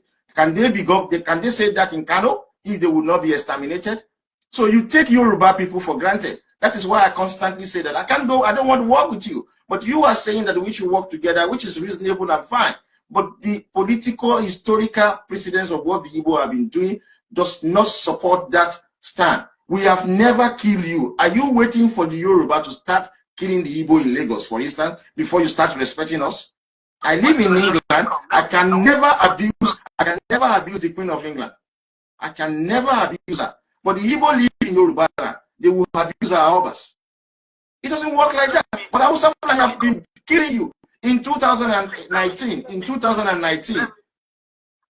Okay, let me listen to you now, sir. Go on. Okay, what I'm trying to say is that, before you can solve any problem, you have to put, you have to put in some sacrifice. You have to put so many things behind. There's no way you can be doing something and then you won't see people that will oppose it. You understand? Actually, that country, the way it is going, nobody is happy about it. We need to, everybody needs to find their way. If we are dividing, let Oduduwa go, let Biafra go, then let Biafra go. Because what they are doing is not benefiting anybody. They are really not contributing anything. Okay, look at how Fulani, all this and that. The other time they were talking of grazing land, putting on grazing land all over the country and that, things like that. And look at how they are killing people. Look at how they are using our resources anyhow. Look at the government. Look at everything. Tangible posts are in their hands. All these things are not agreeing well because people are suffering. Look at what is going on in that country. We need separation. You understand? But then we don't have to blame anybody because what has happened has already happened. You understand? We need to forge ahead and then let us find our separate ways and then everybody will be, we go on this our own way. We don't need this outside anymore. I need to thank you very much for your stand because if you don't come up if you don't start something, there's no way anything can, there's no way the solution can come up without somebody getting up and then do something about it. You need, what I want to advise you to do is try to consult people that need to be consulted. You understand? Try to go to your people. Talk to people that need to be talked to. Then you try to get people along with you. Then let's fight this fight, and then everybody will separate and then go. Thank you very much, sir. Let me quickly address that. The fight is very simple. If you must have a relationship with somebody, that person must be very, very honest. If you must have a relationship with them. One thing I've always been telling the Igbo is this: stop antagonizing the Yoruba nation. We know one thing: you benefited more living in our homeland. I'm an in-law to an Igbo, but personal relationship is separate from national interest. I'm a Yoruba citizen first and foremost, and I'm also a conservative Yoruba. I think Yoruba first. My niece, her name is Amaka. I love her so much. But I don't want to have a relationship, working relationship with the Igbo when the Igbo are not being honest. When they are not being honest. Hausa Fulani are killing you. Now the Igbo are coming out to be drumming support for Atiku. Why are they not supporting Fayoshe? Why are they not even supporting Femi Fani-Kayode? Is Buhari as intelligent as Femi Fani-Kayode? Why is the Igbo are not even saying, okay, we are going to give it to Yoruba now. Let's make Tinubu the president of Nigeria and confront Hausa Fulani. No, this is so simple. No, okay, excuse me, let me come in here. Do you know that when, in terms of that area, I think I watched somewhere, because I'm not in Nigeria anyway, I watched somewhere when, is it the governor of Ekiti State, how do they call him? Fayose. There was a day he went during this Namudi, Kano, something, I think they were embracing him. You understand? So all these things, we need to, get all those rubbish out of our back. No matter how they do, let's just forget about that and then move ahead, you know. Fight your own fight, then we will be fighting in our own. And then another thing I want to advise you is all this chemical punish, all this and that. Whatever you want to do, let it be in your mind first. No, you're wrong. Okay, thank you so much. So this is not the strategy civilized people use. This is not. We're waking up the Yoruba youth. And then one thing that is very paramount with the Yoruba nation is this. It takes time for us to take action. We're waking up the Yoruba youth. The intention that what we're going to do, and everybody is focusing attention on me, and I keep telling them that my deputy is more determined than I am. And I keep saying to the people, and I want the Yoruba youth to know this, we will take over a Papa Wolf. That is our main target. The Hausa Fulani can go there. Hausa Fulani can go there and put English pie there. We don't care. It is on our soil. We will take over what belongs to us. Thank you so much, sir. Yeah, and God bless you. What I really want is whatever you know it belongs to you, need to take it. Let them go. Let them go to their own decision. Then in our own place, whatever belongs to us, we have to take it. Let everybody go. Thank you. Thank you so much, sir. Thank you.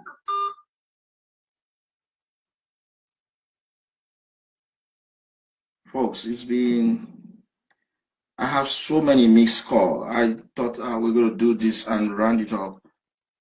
Let me just take some few more calls because so many people are calling and then I have several missed calls.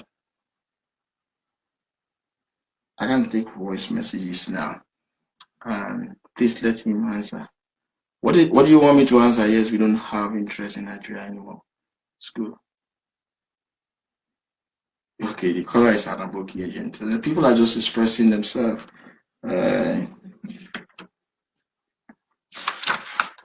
So I think I should.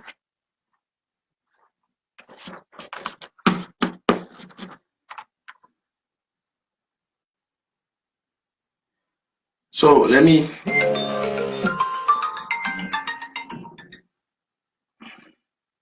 Hello, good evening. Hello, good evening, sir.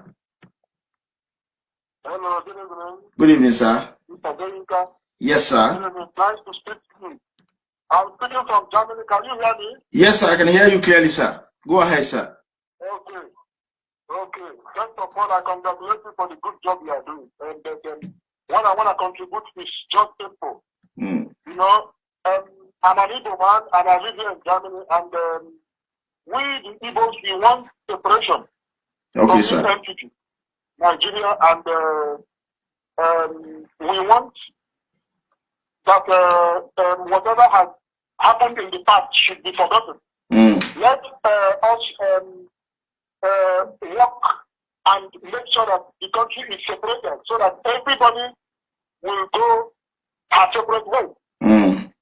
And I think that will be the best thing. So please focus your platform to campaign for the separation of the country. So that anything we the Igbos can do, let us do it so that every entity will go a separate way.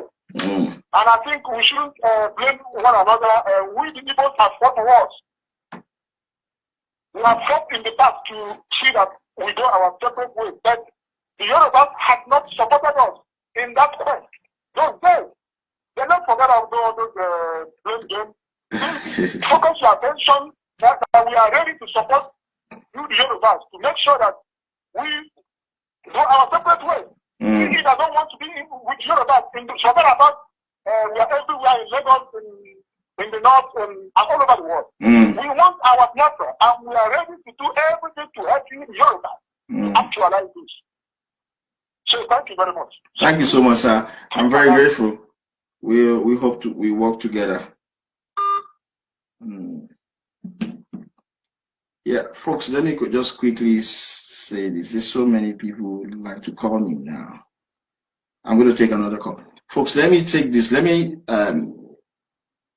appeal to the Yoruba. There is this man called Dr. Yemi Kale. He loves to dress like Ibo And Fulani. He is the Statistician General of the Federation and the CEO of the Nigerian National Bureau of Statistics, Dr. Yemi Kale. I have been challenging him since 2016 to release for us the contribution of each state and region to the Federation Account Allocation Committee.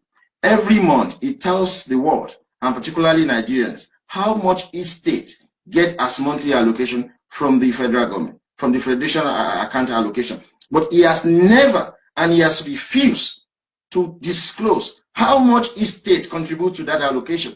He is the Statistician General of the Federation and the CEO of the Nigerian National Bureau of Statistics. He has the figure. He dresses like Gambari, and he knows that this money belongs to the Yoruba nation. But he's unwilling to give us this data. We have to struggle on our own to try and generate this data on our own. He has everything in his computer in his office. So we are appealing to challenge him. We want every young Yoruba to ask Dr. Yemi Kale. He's on Twitter. Ask him, how much is each state contributing to the Federal Allocation Account Committee every month? It tells us only how much each state is collecting from the federal government every month. He has never told us. There was a research he released, in which case a local government in Kano, that local government in Kano get more money than Apapa local government. Yet, Apapa local government alone contribute more revenue to the federal government account than all the entire Hausa Fulani state and their 419 local government. Let me quickly take this call. Hello? Hello, good evening, sir. Good evening. Is this Adeyinka grandson? Yes, sir. Huh? Yes, sir. Yes, Adeyinka grandson. Okay, are you live now on Facebook? I'm watching you. Yeah, people are watching me. I'm live now, sir. Good evening. Good evening, sir. Okay, my name is Frank. I'm calling from Lagos, Nigeria. Okay, sir.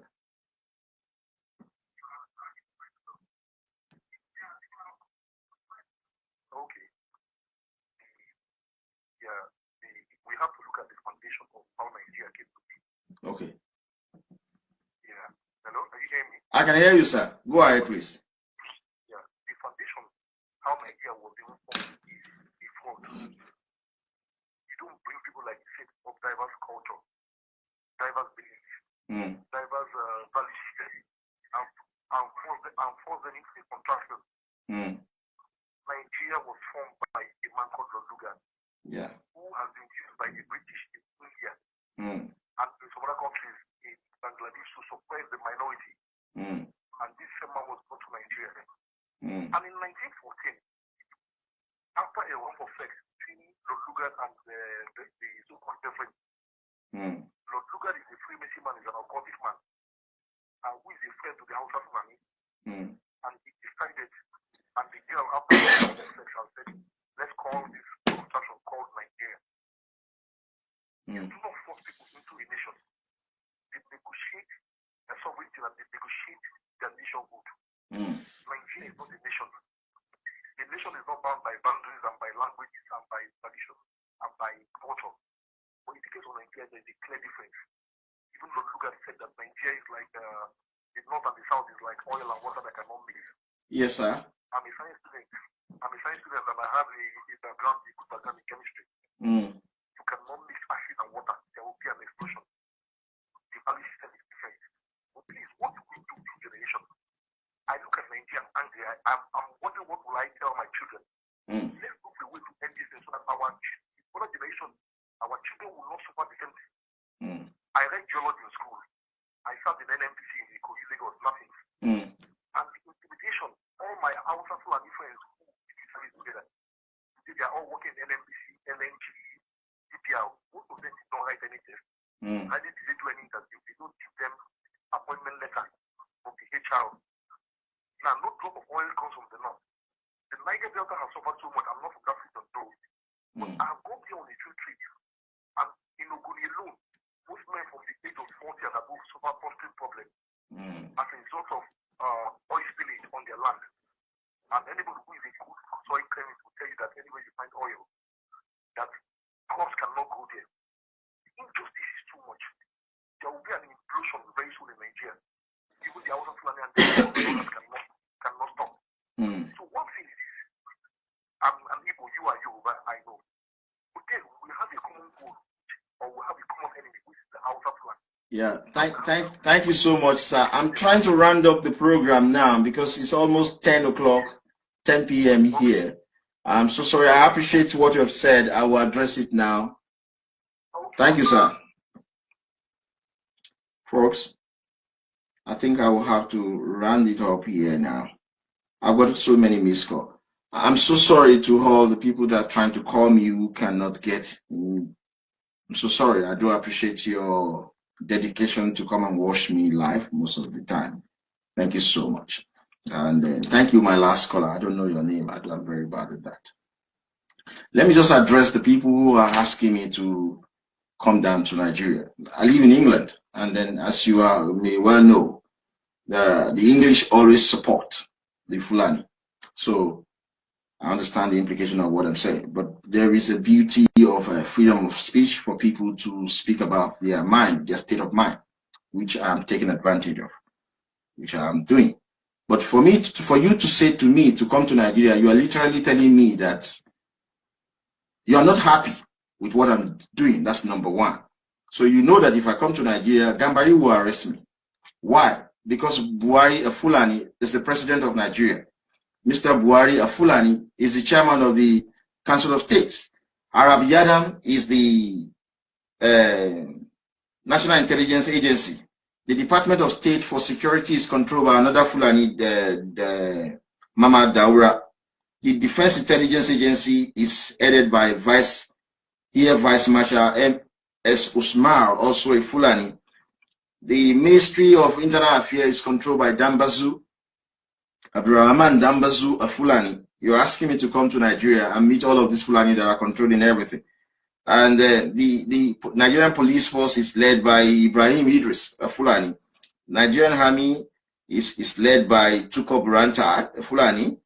And the prison is led by Fulani. The custom is led by Fulani. Immigration is led by Fulani. Prison by Fulani. You are stupid, all of you that are telling me to come to Nigeria. You put Yoruba in all of this. I will take over that Apapa, believe you me. But you know Fulani are there because they control your military. So when you say to me, come to Nigeria, you are literally saying that you are unhappy with what I'm doing. That's what we're saying. I believe one thing. The Yoruba nation will declare for Oduduwa Republic, and we're going to take Yoruba land out of Nigeria. That is going to happen. You continue to underestimate the capability of the young Yoruba. We've been to the best school in the world. We are now working to change the course of history. You open your mouth and asking me, you make Yoruba man the president of Nigeria. You make Yoruba man to head the army. Let the Yoruba man head the police. Let the Yoruba man be the DSS, be in charge of DSS. Put Yoruba man in charge of Apapa of like what I want that job desperately, believe you me. We've been working on that. I want that job. I want that position because it's Yoruba water and it belongs to us. Put Yoruba in all of the Nigerian military to head all of the Nigerian military and intelligence agency, and you then say to me, come to Nigeria.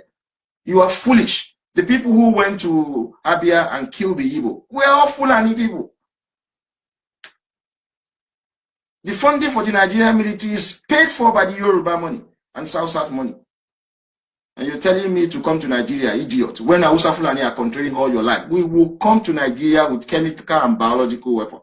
But you ordinary Ebola, you are all scared, right? You're running escalator. Your pastor cannot even shake his church member. Ordinary Ebola. Don't you know that people produce that in a laboratory?